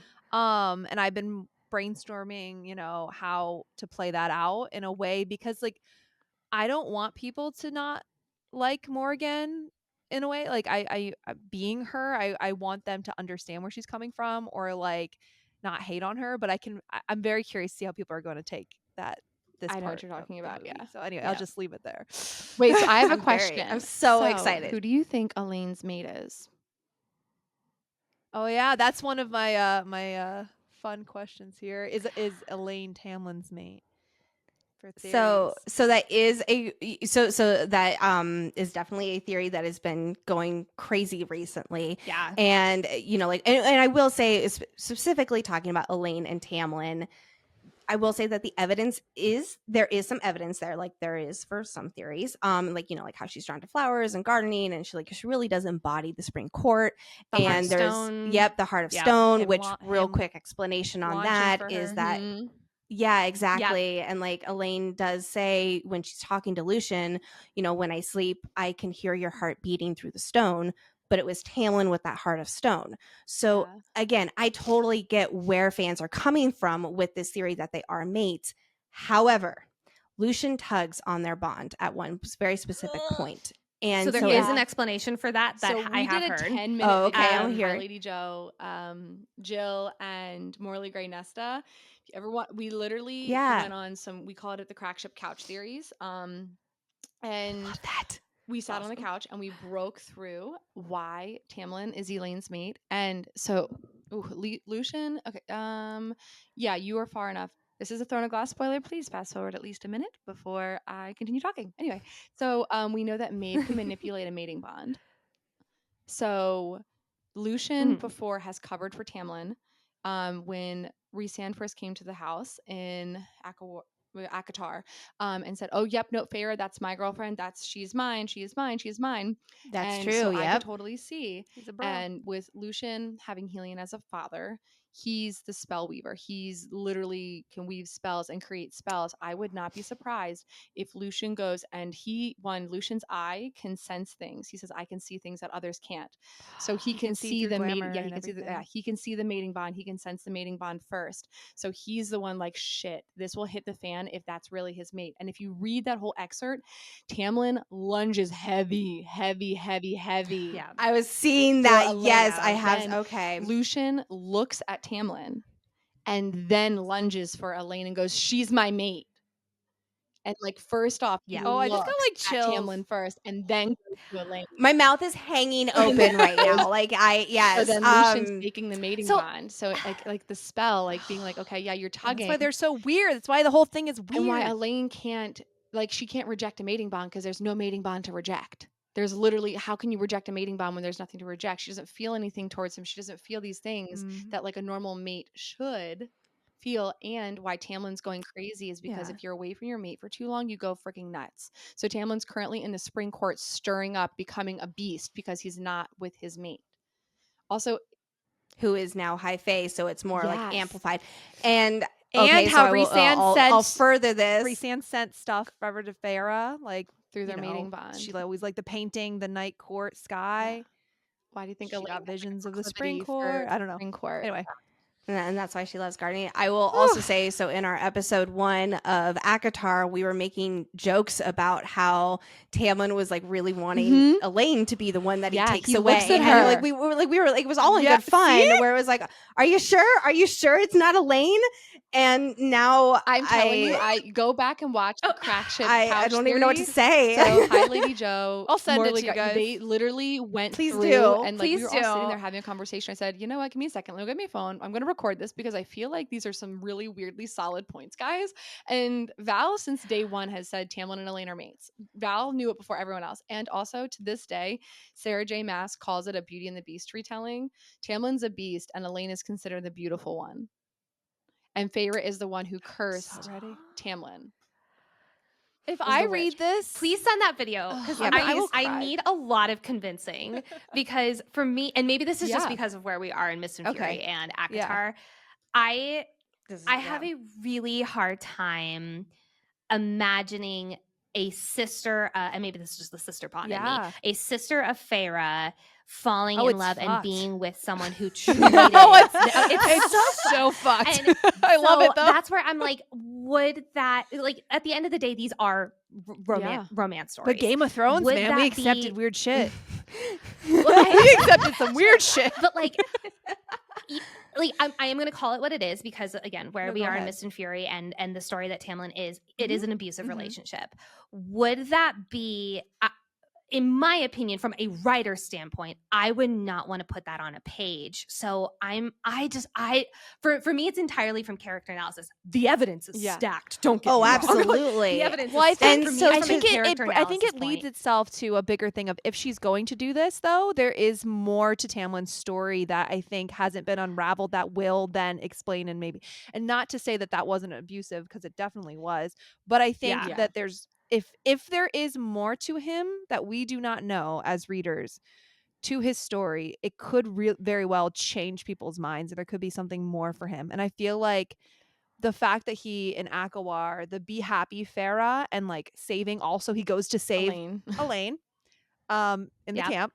So another thing, but it's like there could be more that we just don't know, like a chapter 54 revelation potentially could If we get a change. chapter 54 with Tamlin. So I think Yeah, but so like that I'll say revelation of like, this. oh my god, this is who Rhysand is, and all this stuff. Yeah. I don't know, but I feel like it would take I that. could It would see take that to have her weave this in. Yes. I think that the way that I'm even able to see this plausible is because of what she did with Nesta in Silver Flames. True. Yeah. And Good point. like Nesta was jerk. like especially That's like a as we were really going through good point. ACOTAR and like even now in like Mist and Fury, like she she is an abusive older sister, at least verbally. And yes, of course, there are complexities and all of that stuff. And in Silver Flame, it's not like we get a chapter 54 of her, but it is such a character development that is so critical. And it's like, yes, there were those pieces of her that were always there, but she never had the chance for them to be nourished, for her to really come into her own. And when she does have that chance, she becomes incredible, and we all fall in love with. And that's we the don't all fall in love with her. Most of We us, this yeah. group I does love fall her. in love with her. Well, yeah. And so I could see that for So I think sure with Sarah- Tamlin. So So I think Sarah, like that's what we love about Sarah and talking through these things is like her books, because like a common theme for like Taylor and I and like Whimsy Gossip is we believe in happily ever afters and redemption stories. We believe that, you know, if you ever find yourself a Tamlin in someone's story, We're like, rooting or a for Nesta in you. someone's story, we're rooting for your Yeah. redemption. Like, and we believe that people can grow. And I think it's important to have these people and these characters who have so many faults, so that, because if you just look at perfect characters all the time, like it's going to make you as a reader feel like, oh, I'm insufficient, like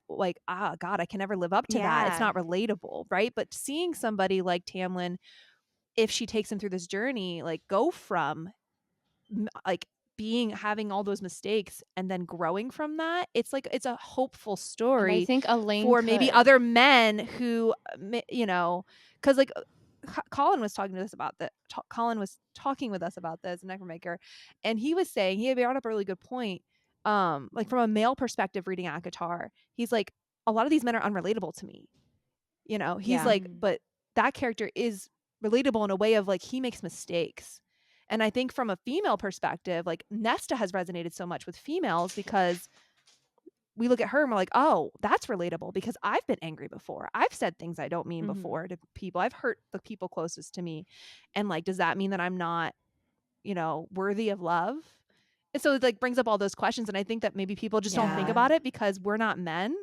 And so we're not looking at it that way because we're not trying to relate to Tamlin. We all want to hate it. We're trying to relate to the females. I look at him as like an ex. Like I think of Tamlin as one of my exes. I don't know. I don't know if that made any sense. No, but. yeah. No, it did. absolutely It did. did. Like It I'm definitely like did. really like I'm having some brain rewiring I right really now. am. Like, Here's the only other thing I will say on this is because I love him. Lucian. Same. And I have a running joke on the Love him. podcast of how he just gets done so effing dirty. Amen. If this is another way that my dude gets dirty, I'm gonna get But so he would be dirty. doing it to I'm himself so at pissed. least.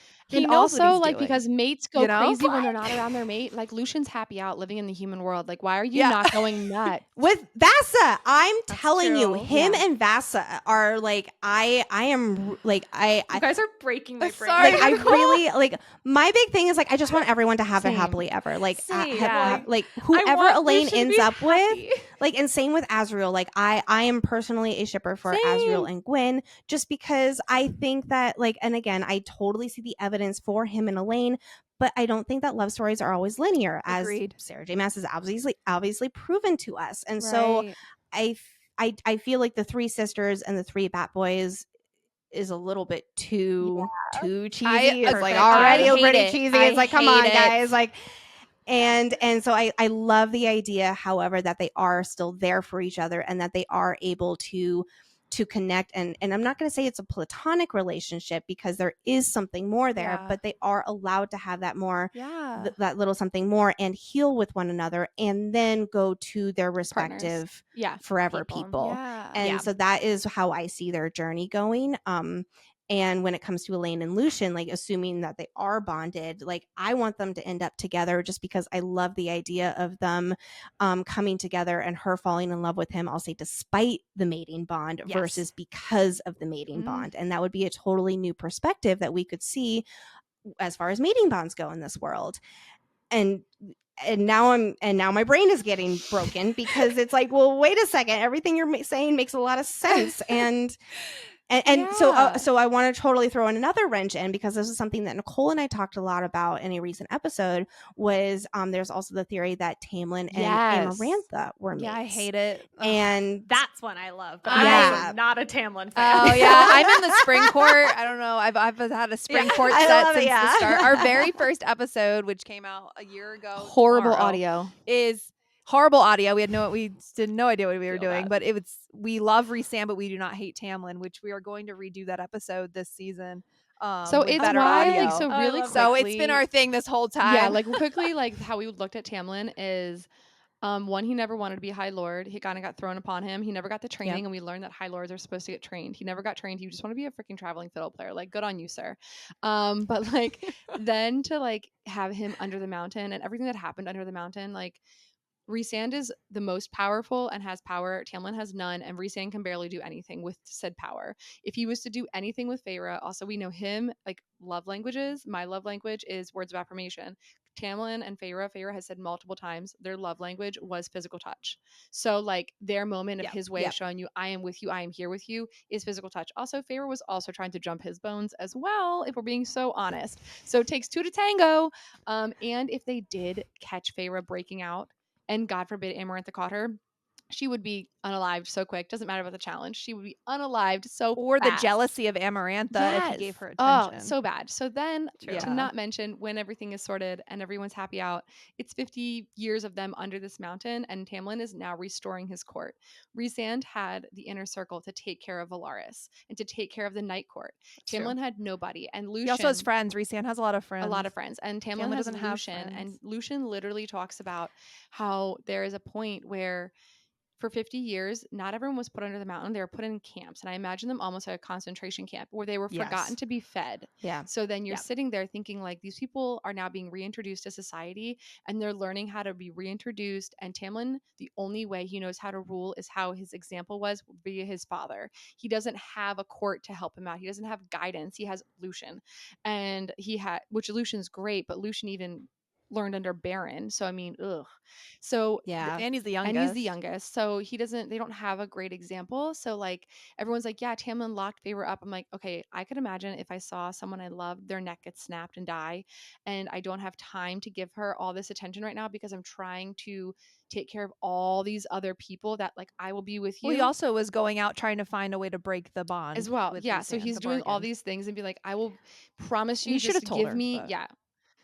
Thank you. Yeah. I was like, you should have No, we should have. Communication You just did not communication tell could go her. a long way, but again, people are flawed. And he has so many flaws, but I True. don't think he was ever malicious. And I think he needs I therapy. agree with He needs that. so much therapy, Yeah. but they don't have He that in needs a lot of Prythian. Yeah, he's got a therapy. lot of Oh, trauma. they don't have any and of also Rhysand is the word. Like I think also you can drive yourself really insane. Like, and I think we see this a lot Yeah. in relationships, especially like with infidelity and things like that too. Like where like he literally has to share the love of his life. This person who risked everything to save him under the mountain, literally risked her entire life, and he's like, I'm gonna risk literally everything to save you and to break you from this guy. And I think that's Who's the whole like the Hybrid thing. ultimate Like he literally evil. risked his entire court just to save her because that's what she did for him.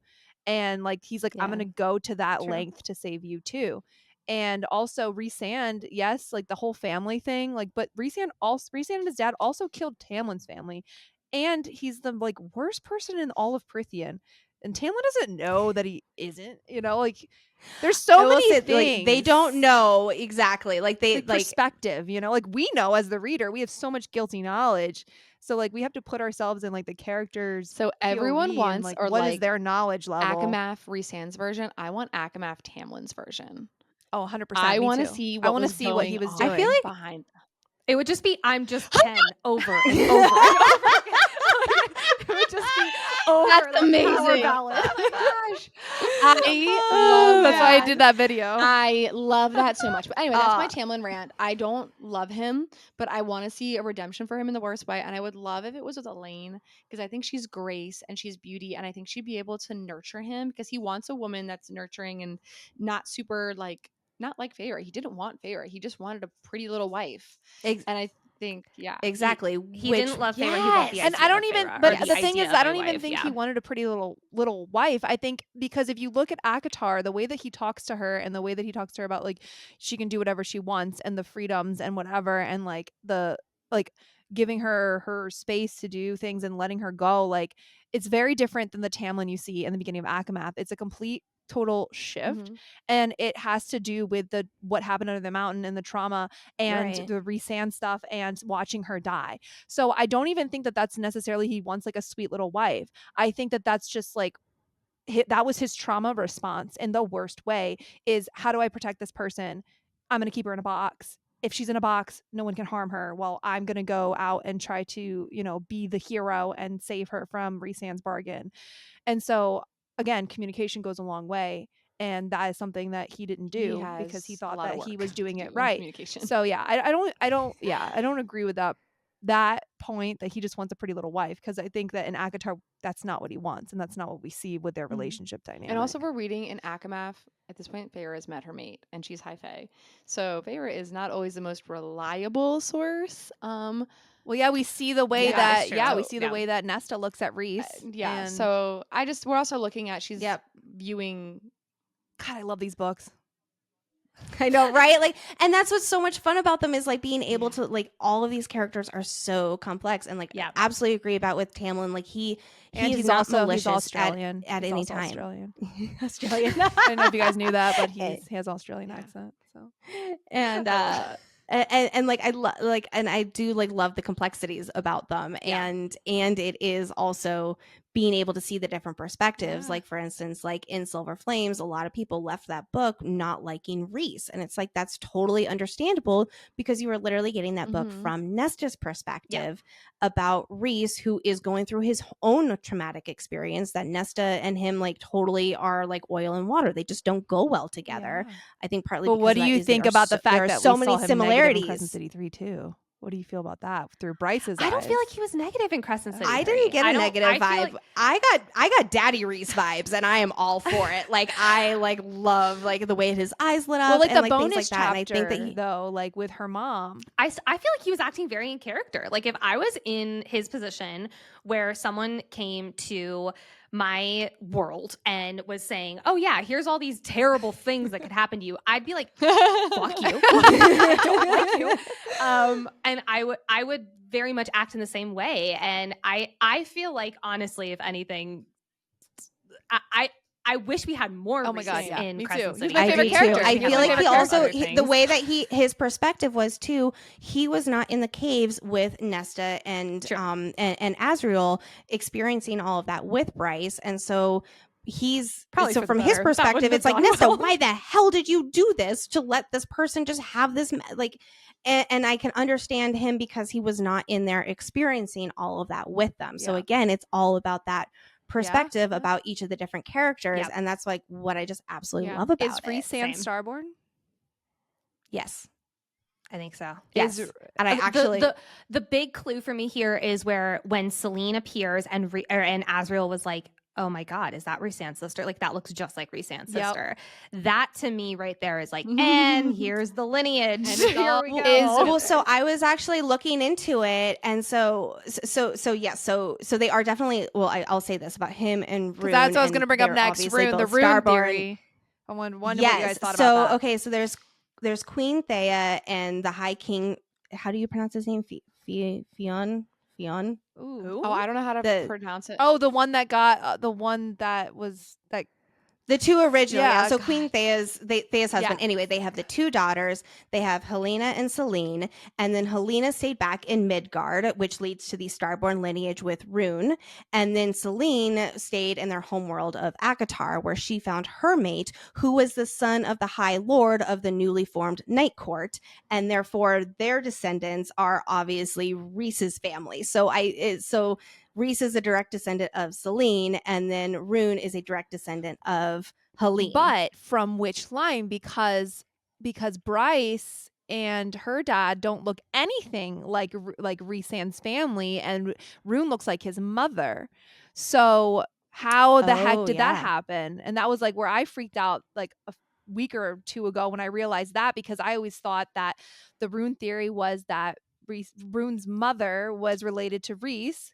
And so that's how, that was potentially Rhysand's sister, and that whole thing. It was like Rune also has the Starborn powers, and if the Starborn powers look like Rhys, then he would have got his Starborn from his mother, not from his father, and therefore Bryce wouldn't necessarily be Starborn because if it's not coming from the dad. So it gets really, complicated there. So I was thinking too, like, you need to draw a family tree. Starborn. I know. Really? Starborn. I'm like the distance, like trying to visualize. Like I think that. So what I think makes the most sense is the fact that Rune's mother is Rhysand's lost sister, and Rune comes from that diluted line from Prithians, and he gets his starborn powers from that. And Bryce gets her starborn powers from her father, who is from the other line that was in Crescent City. Because it's a little bit more Yeah. like distance, so to speak. Yeah, so that's why I think that both of their starborn lines come from his comes from Prithian and hers comes from Nicole Crescent is City. literally That's my theory. So I'm your That's my face. theory. okay. I got She's like questions. Hold literally on. spinning in her But chair I right feel now. like, I Oh my mean, it gosh. doesn't make sense genetically otherwise. So then remind me, is Rune's Yes. mother still Yes, alive? she's still alive. Yeah, she's from a Valen or whatever. But And Rune meets her and says like the her theory purple is that eyes and stuff, and her yeah, features, they all yep, look the same. he looks like her. So yeah, so And it's so- definitely Yep, from yep, her. Yes, yep. And the exactly. theory is, so here's the extension of that theory. Have you guys heard the full like Rune sisters, like their Rhysand sisters theory? Is that We've heard so Tamlin many. is that we've heard a lot. yeah, well, this is the thing about Tamlin that I think will make people like, if this is true, this will be like one of those things that'll help him. How Is that Tamlin, like, got her out? He got her out through the pool of starlight and actually saved her life and sent her Through a there, portal. and like that potentially that was his mate, or they had a love situation or something like that. And he's a That's been one of Nicole's things, yeah. shapeshifter, so he's able to change the bodies, the heads that they found. The heads, he's able to shapeshift. He shapeshift to other people to look like them, so that they would know that they're dead. So, but really, he saved her and put her in the pool of starlight. Because they talk about the weak parts, right? There's weak points, and I truly do believe that what the fuck is the point of the pool of in a starlight? spring court. What the hell is the Oh, point don't of that? get me started What on the pool was of the- starlight. What was the point of the pool of starlight besides it being one of these weak points for world walking? We did probably at least 30 minutes of an episode. It was probably more than that, like 30 to 45 minutes of an episode solely on the pool of starlight. Yeah. And it was one the of them longest was episodes about we've how ever and how one of them was about how like Rhys's sister and Tamlin were mates. Now we did not go into that specifically, like with the cross worlds and the lineage and all of that. But my brain is broken. Yes, My brain is broken. I I need and I it. absolutely agree that there is more to it with Yeah. the pool of But starlight. like also Absolutely. like why definitely. else would like CC3 they'd say so many times, oh my god, he looks just like Rune. He looks just like Rune. Yep. What is the point? What was the point of that? And like I feel like the only way is that. Yeah. I mean, it's just something. It has to be something. I don't know. But yeah, And that's why also his powers Rune are being so a diluted. Daimati, and so is Rhys. That's a whole I know, other- like- yes, that. But right Bryce there. doesn't have that, and you would think that Bryce being like, if it was like really that way, like Bryce doesn't have those same powers. I don't know. It's just there's so many things, So many right? But like ideas. Rune gets a lot from his mother. I need So- ACOTAR book Ugh, 6 to I come love out it. like yesterday. Right. Well, Big and it's same. like, I just want to know when it's coming out. I too. want to know Like, the title. Then I can start I know. speculating. I know. Then we can then spiral. it's- Okay. Which Then- death was harder for you to read, Liam or Sam Cortland? Yeah. Liam. Liam. Hands down. Here's the reason. I didn't know it was coming. With Sam, I knew it was coming. It almost made it Was worse. it still horrifying? I the should shock actually factor. rephrase, because I was listening to Assassin's Blade and I stopped listening because I was like, nope, I know what's happening. But it was also like we didn't get it on the page in the same way. It was Yeah. like she was pacing and it was like we kind of knew what was happening. But the way that Liam's death was, it was like it was all right there in the moment, and like you were right there with the characters as he's And he knows he- dying. And the biggest thing was like there was nothing that anybody could do. Yeah. Like Violet, And there was nothing It was they because could do. Day I was dying. So it's like, know. because that can, like, he had nothing wrong He with was him. healthy, and that was and horrible. fan I art, feel like with though. Sam, like as Sam terrible Cortland as it fan art, was, just the way The- he oh, God, died. that's I a can't whole even other look at subject. It is Yeah. so beautiful. It is so horrifically beautiful. But I also will say something that made Liam a million times worse was him obviously spoilers for Iron Flame. I'm Him gonna coming put back into spoilers for Iron Flame. everything in the description. yeah. We always want to make Yeah. sure we're big on I spoiler warnings know. just in case, but you guys probably know. But I like having him come back and then him in the cell that made it I 45,000 times worse. I loved it. I wept like a small baby. And it just that right there, just like it you put the knife in at the end of Fourth Wing, you twisted it, And in you went Iron and like Flame. just hearing And it him was saying just so, like it it's was in so my honor. perfect That's though too. That was the Oh my gosh. Or the I won't, I swear, written in the same cadence in Iron Flame. Yeah. Ooh, Rebecca raise your Yarros, hand if you swear to God. like that Xaden is now a Venom. Venom. I think it makes things Absolutely. interesting. I love it. I mean, Chaos. Let's blow it up. I love it when characters make decisions within character that equal chaos energy. Like, and then have to face the consequences. Taylor was of it. Exactly. Taylor was 'Cause, like, devastated, and she got it spoiled before she even. Can read I the tell book. you, someone got an early release of Iron Flame, read it, and they put on TikTok, no spoiler warning, nothing, said, "Can you believe Xaden is actually a Venom?" Like that, they opened the TikTok with it, and I was like, "What?" So What an I hadn't read the asshole. book. I'm I literally was going furious to for pick up you. my copy that day at the book signing, and I was like, "Oh my God." It ruined her first reading Ruined experience it. because you said that you were looking Everything. Yeah. I was like, you "Where didn't is he a know the Venom?" context of Yeah. it. Yeah, well, and it's also like you don't even know if Yeah. it's real or not because there were a lot, like we had a lot of people in our comments like saying like fake spoilers, Oh my which God. wasn't the case. Like that was the like when we going way back to our earlier conversation about social media and stuff. The hardest part is around these new books that are just coming out or about to come out, spoilers. and like people are getting their early 100%. releases and things like that, and it's like as for all of us as like larger platforms, like we had people going into our DMs, like being like, "Oh my God, like did it?" And People it's were like, doing that for Crescent City. I'm for me. I'm a reader too Yeah. here, and so like we had to go dark for a few days We because it's did, like we yeah. just didn't want to touch it, and And we'll do the same thing for Onyx Storm. Dude, Yep, It was Same exactly. thing for horrible Avatar 6, because I yep. was reading Yep. the entire book and I was like, has he been a Venom this entire time? Has he been a Venom this entire time? And I'm just That would have been yeah, a cool and plot when I was twist. sitting there reading and everything, I was like, and the nice parts, I'm like, you're just a fucking liar. You're a liar. And then I'm thinking like, the worst reading experience because the whole time I'm reading and I'm just like, I don't like you. I don't like you. You're a Venom. Like I'm so it was sorry sad about for you. that. So I'm PSA, so guys, sorry. don't post No. spoilers because that's what happened. Oh Don't yeah, be that exactly. I was Yeah. devastated. I Oh, couldn't tell man. Val why. I was like, Val, I got something spoiled. I know. I was so confused. I was like, why are you not like just binging this? Because I was like devouring it. Like, yeah. Because I Yes. don't know why I always avoid spoilers pretty well. I normally devour a book, but I was on this one. I was just like barely reading it. It took And me I was like, girl, you got to get through this. We have to do an episode. it took me like come on. 3 days Yeah. to finish the book. It took me 3 days to actually like pick the book up to read it because I was just like,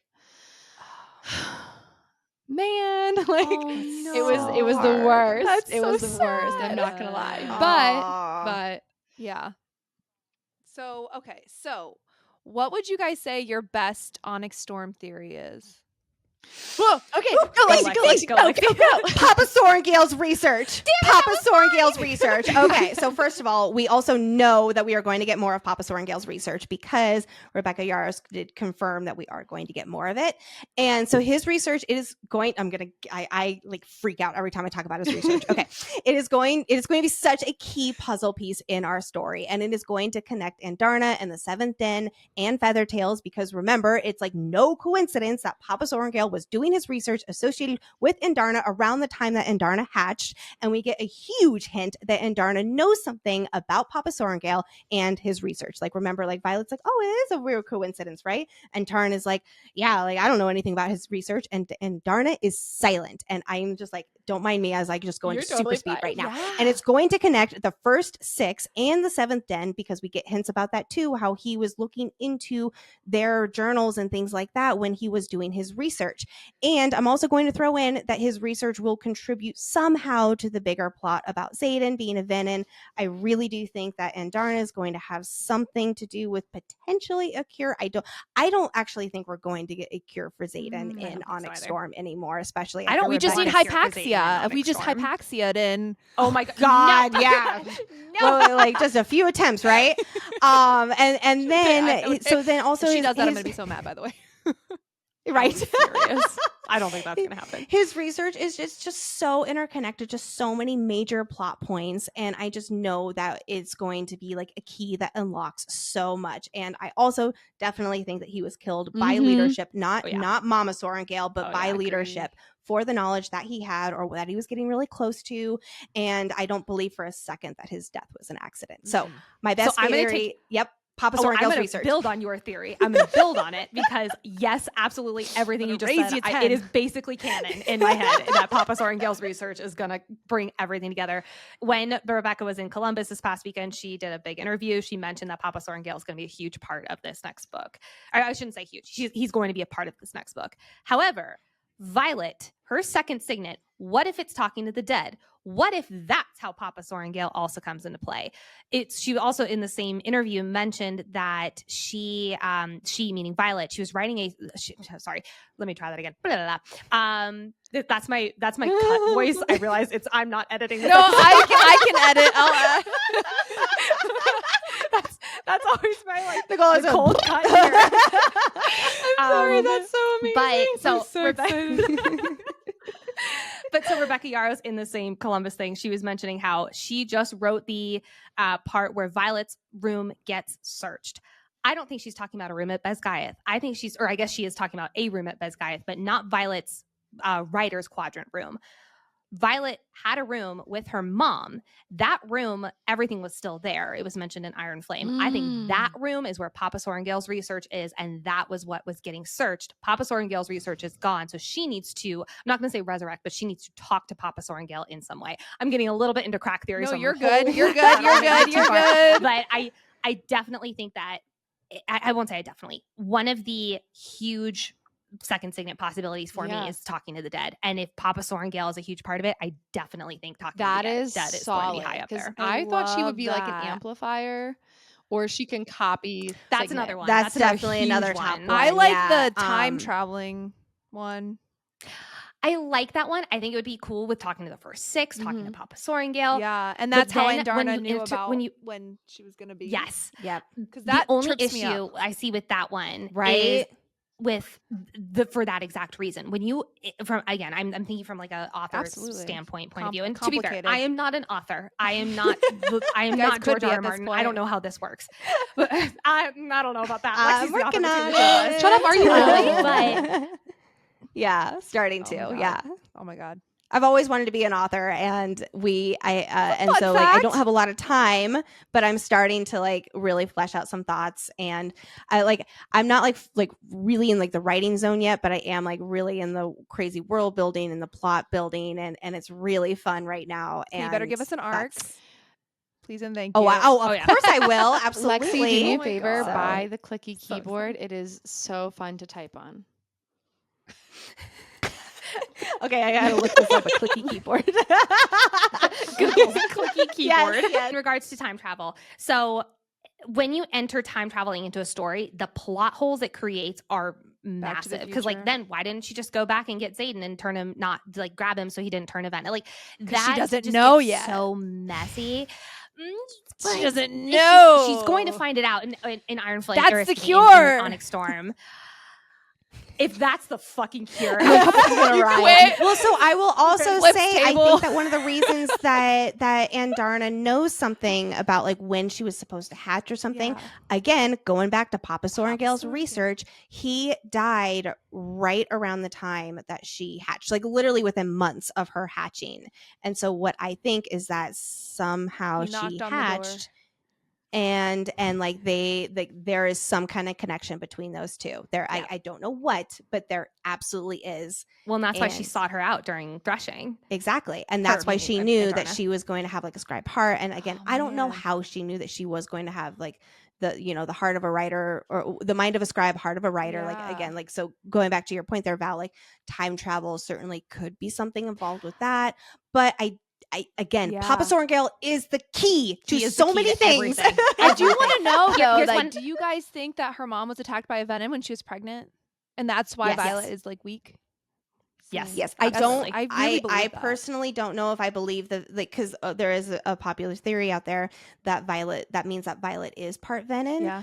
I I'm not on board with that quite yet. I would like, Or maybe that she clearly has been wrong some about sort theories of, before. or she has some sort of immunity or some sort of thing that'll That I help could see. the situation. Because here's the deal, like Venom don't Yes. drain. Like they don't drain the color from their skin or their hair or anything like that. Like they're still, other than their eyes, appearing somewhat normal until you get to the higher levels in the of early Venom. when they're Yeah, until you get to the initiate. higher Yeah, levels. yeah.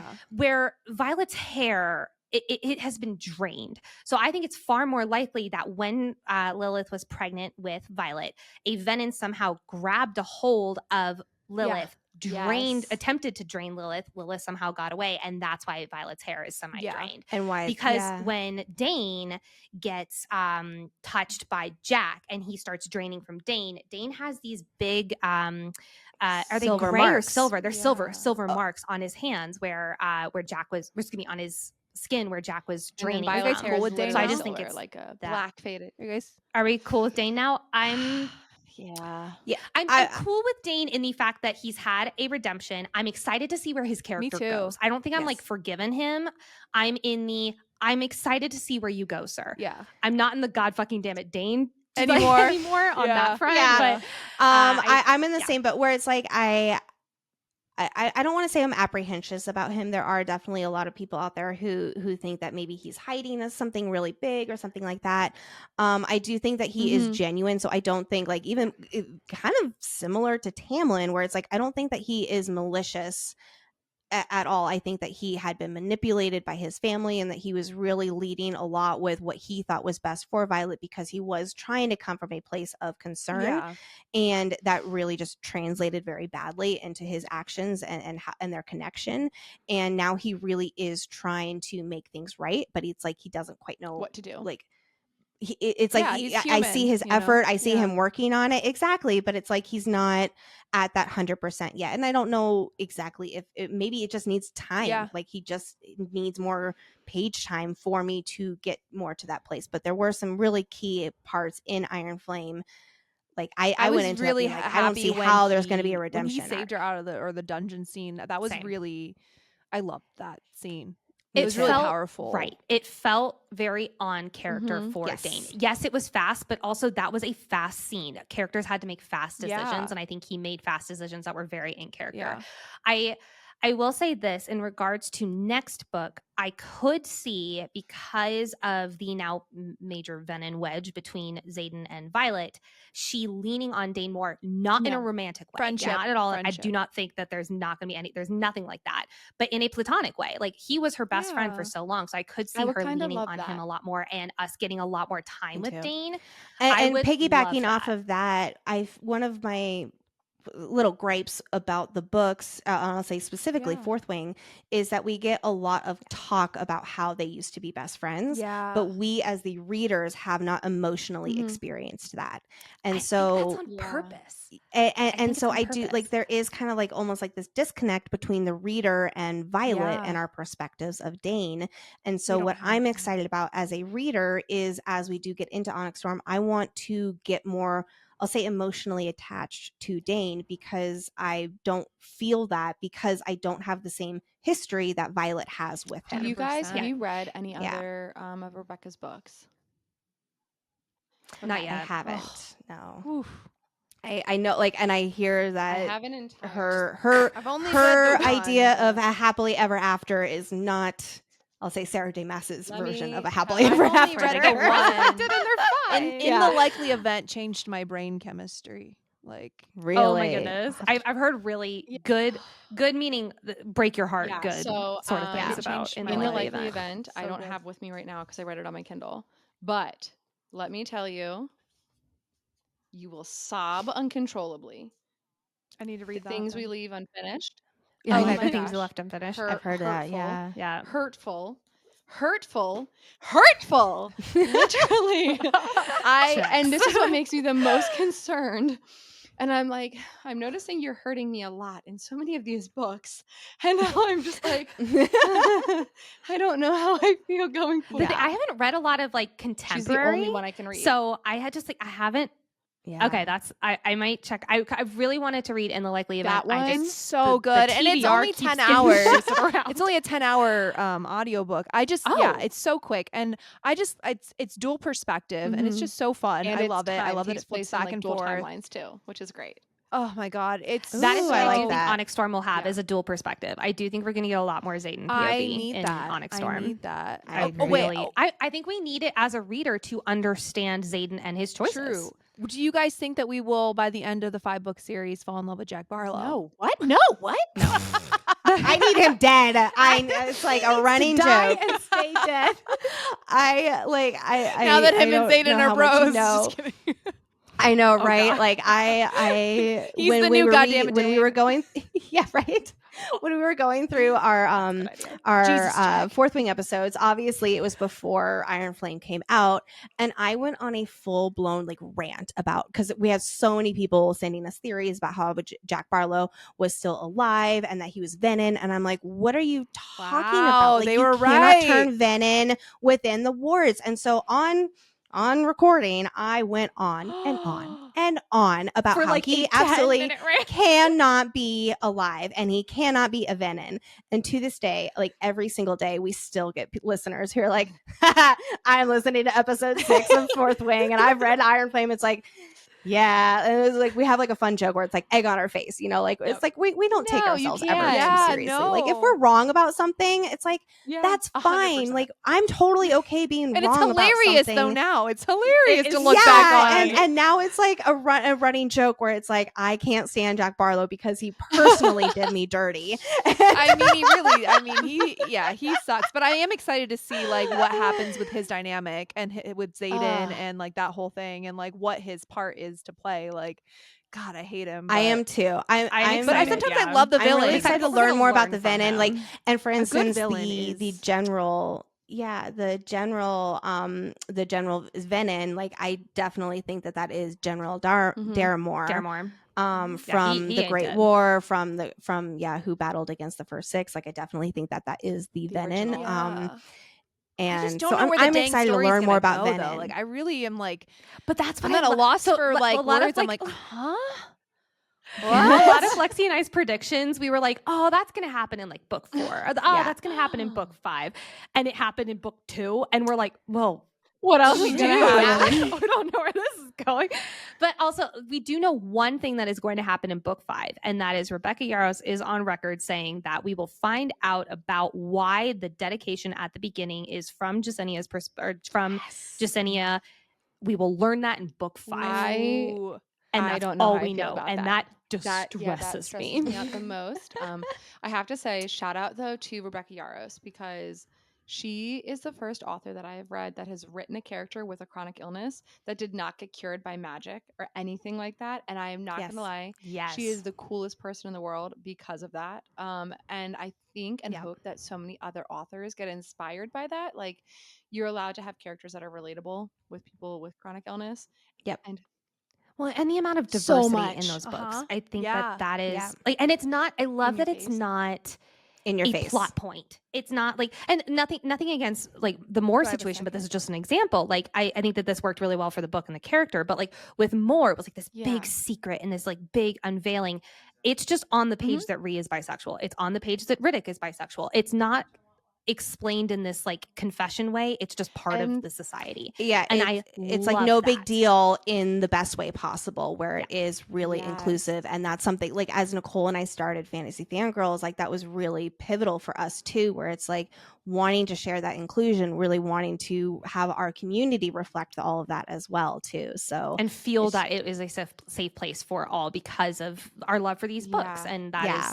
that was and fundamental celebrating to all what we of that do. as well, while not like celebrating it and not calling it out as something separate, but like It just being, like, yeah, it just exactly, was. There's so many things that exactly, just yeah. were, and it just normalized. Exactly. Well, so what And I I think love that's something that too we is like sign language. Jasenia is a perfect yeah, example. exactly. Yes. a lot of I- the So many people were like, Fantasy Oh my Fangirls, God. she like, it's because she is a scribe, and we had to go back and No. explain multiple times no, she is uniquely signing, and that I think that's really, really cool that we all were having those conversations, you know. Yes. Like, and it does turn out that she, you know, she is yeah, Definitely.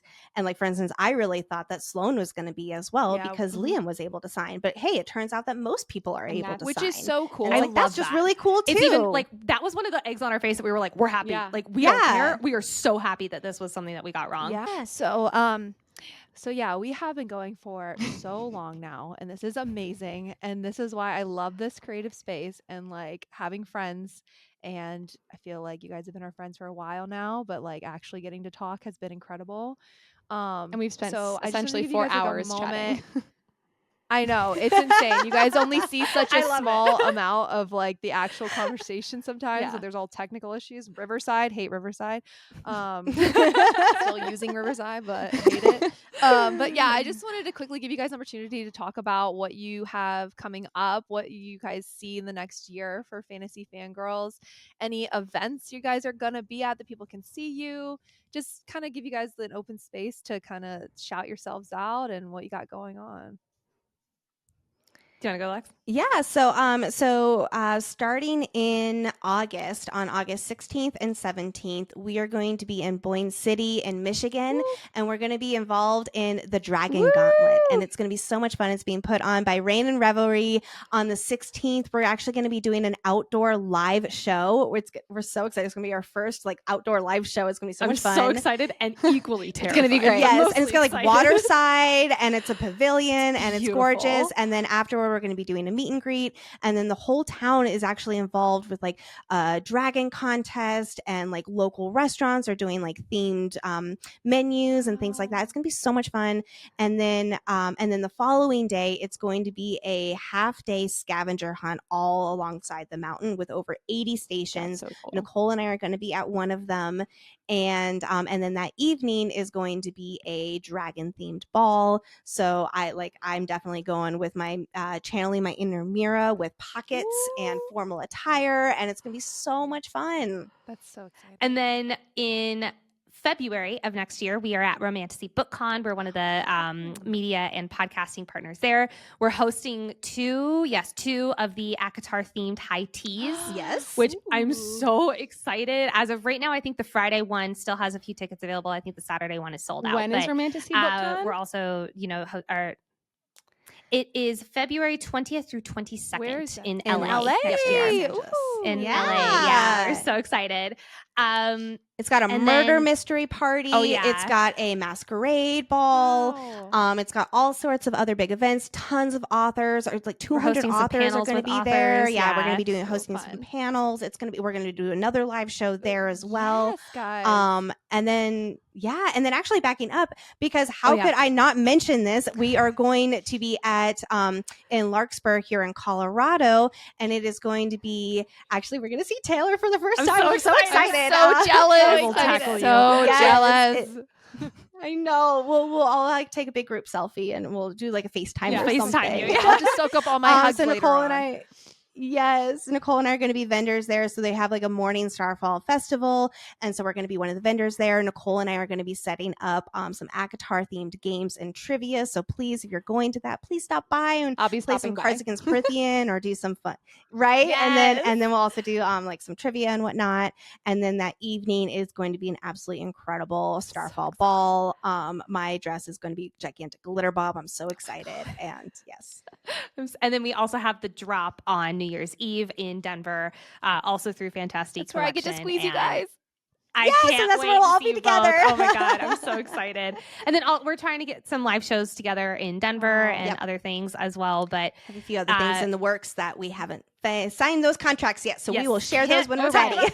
You do a live show on the East But Coast. the big thing is Maryland is great.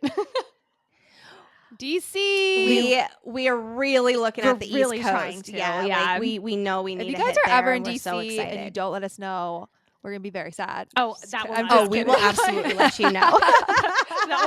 we will definitely let you know. But I like the big theme of this year. You mentioned like what are the goals for Fantasy Fangirls? The big theme of this year is getting out into the community, doing these things that we just have been blessed with this platform that we can do, and like go out and talk to people and be with people in the space and have those live shows because people have been asking us for them.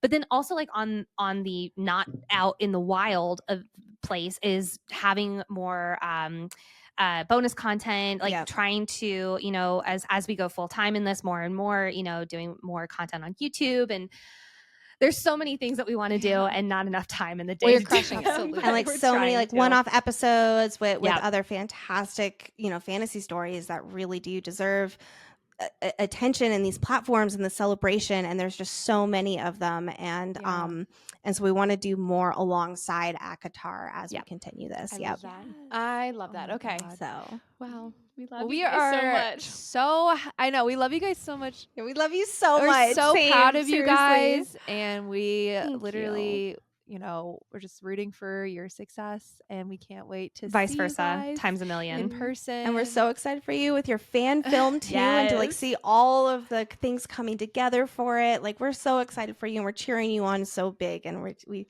Seriously. especially what you did with Chapter 54. It was like it really amazing. took the fandom by storm, and we know that you're gonna do that and all so much more too. And it's so exciting to be alongside this journey I know, together. it's cool Yes. like, to actually get to like chat with friends. Like when friends, it's one thing to be like only chatting online, but then to like chat in person, you're like, oh my gosh, like it's cool. It's cool. You guys are just as lovely as I imagined, just as sweet, just as funny. yeah. Just adore you to bits. Literal bits. Same. Okay. To you, not to me.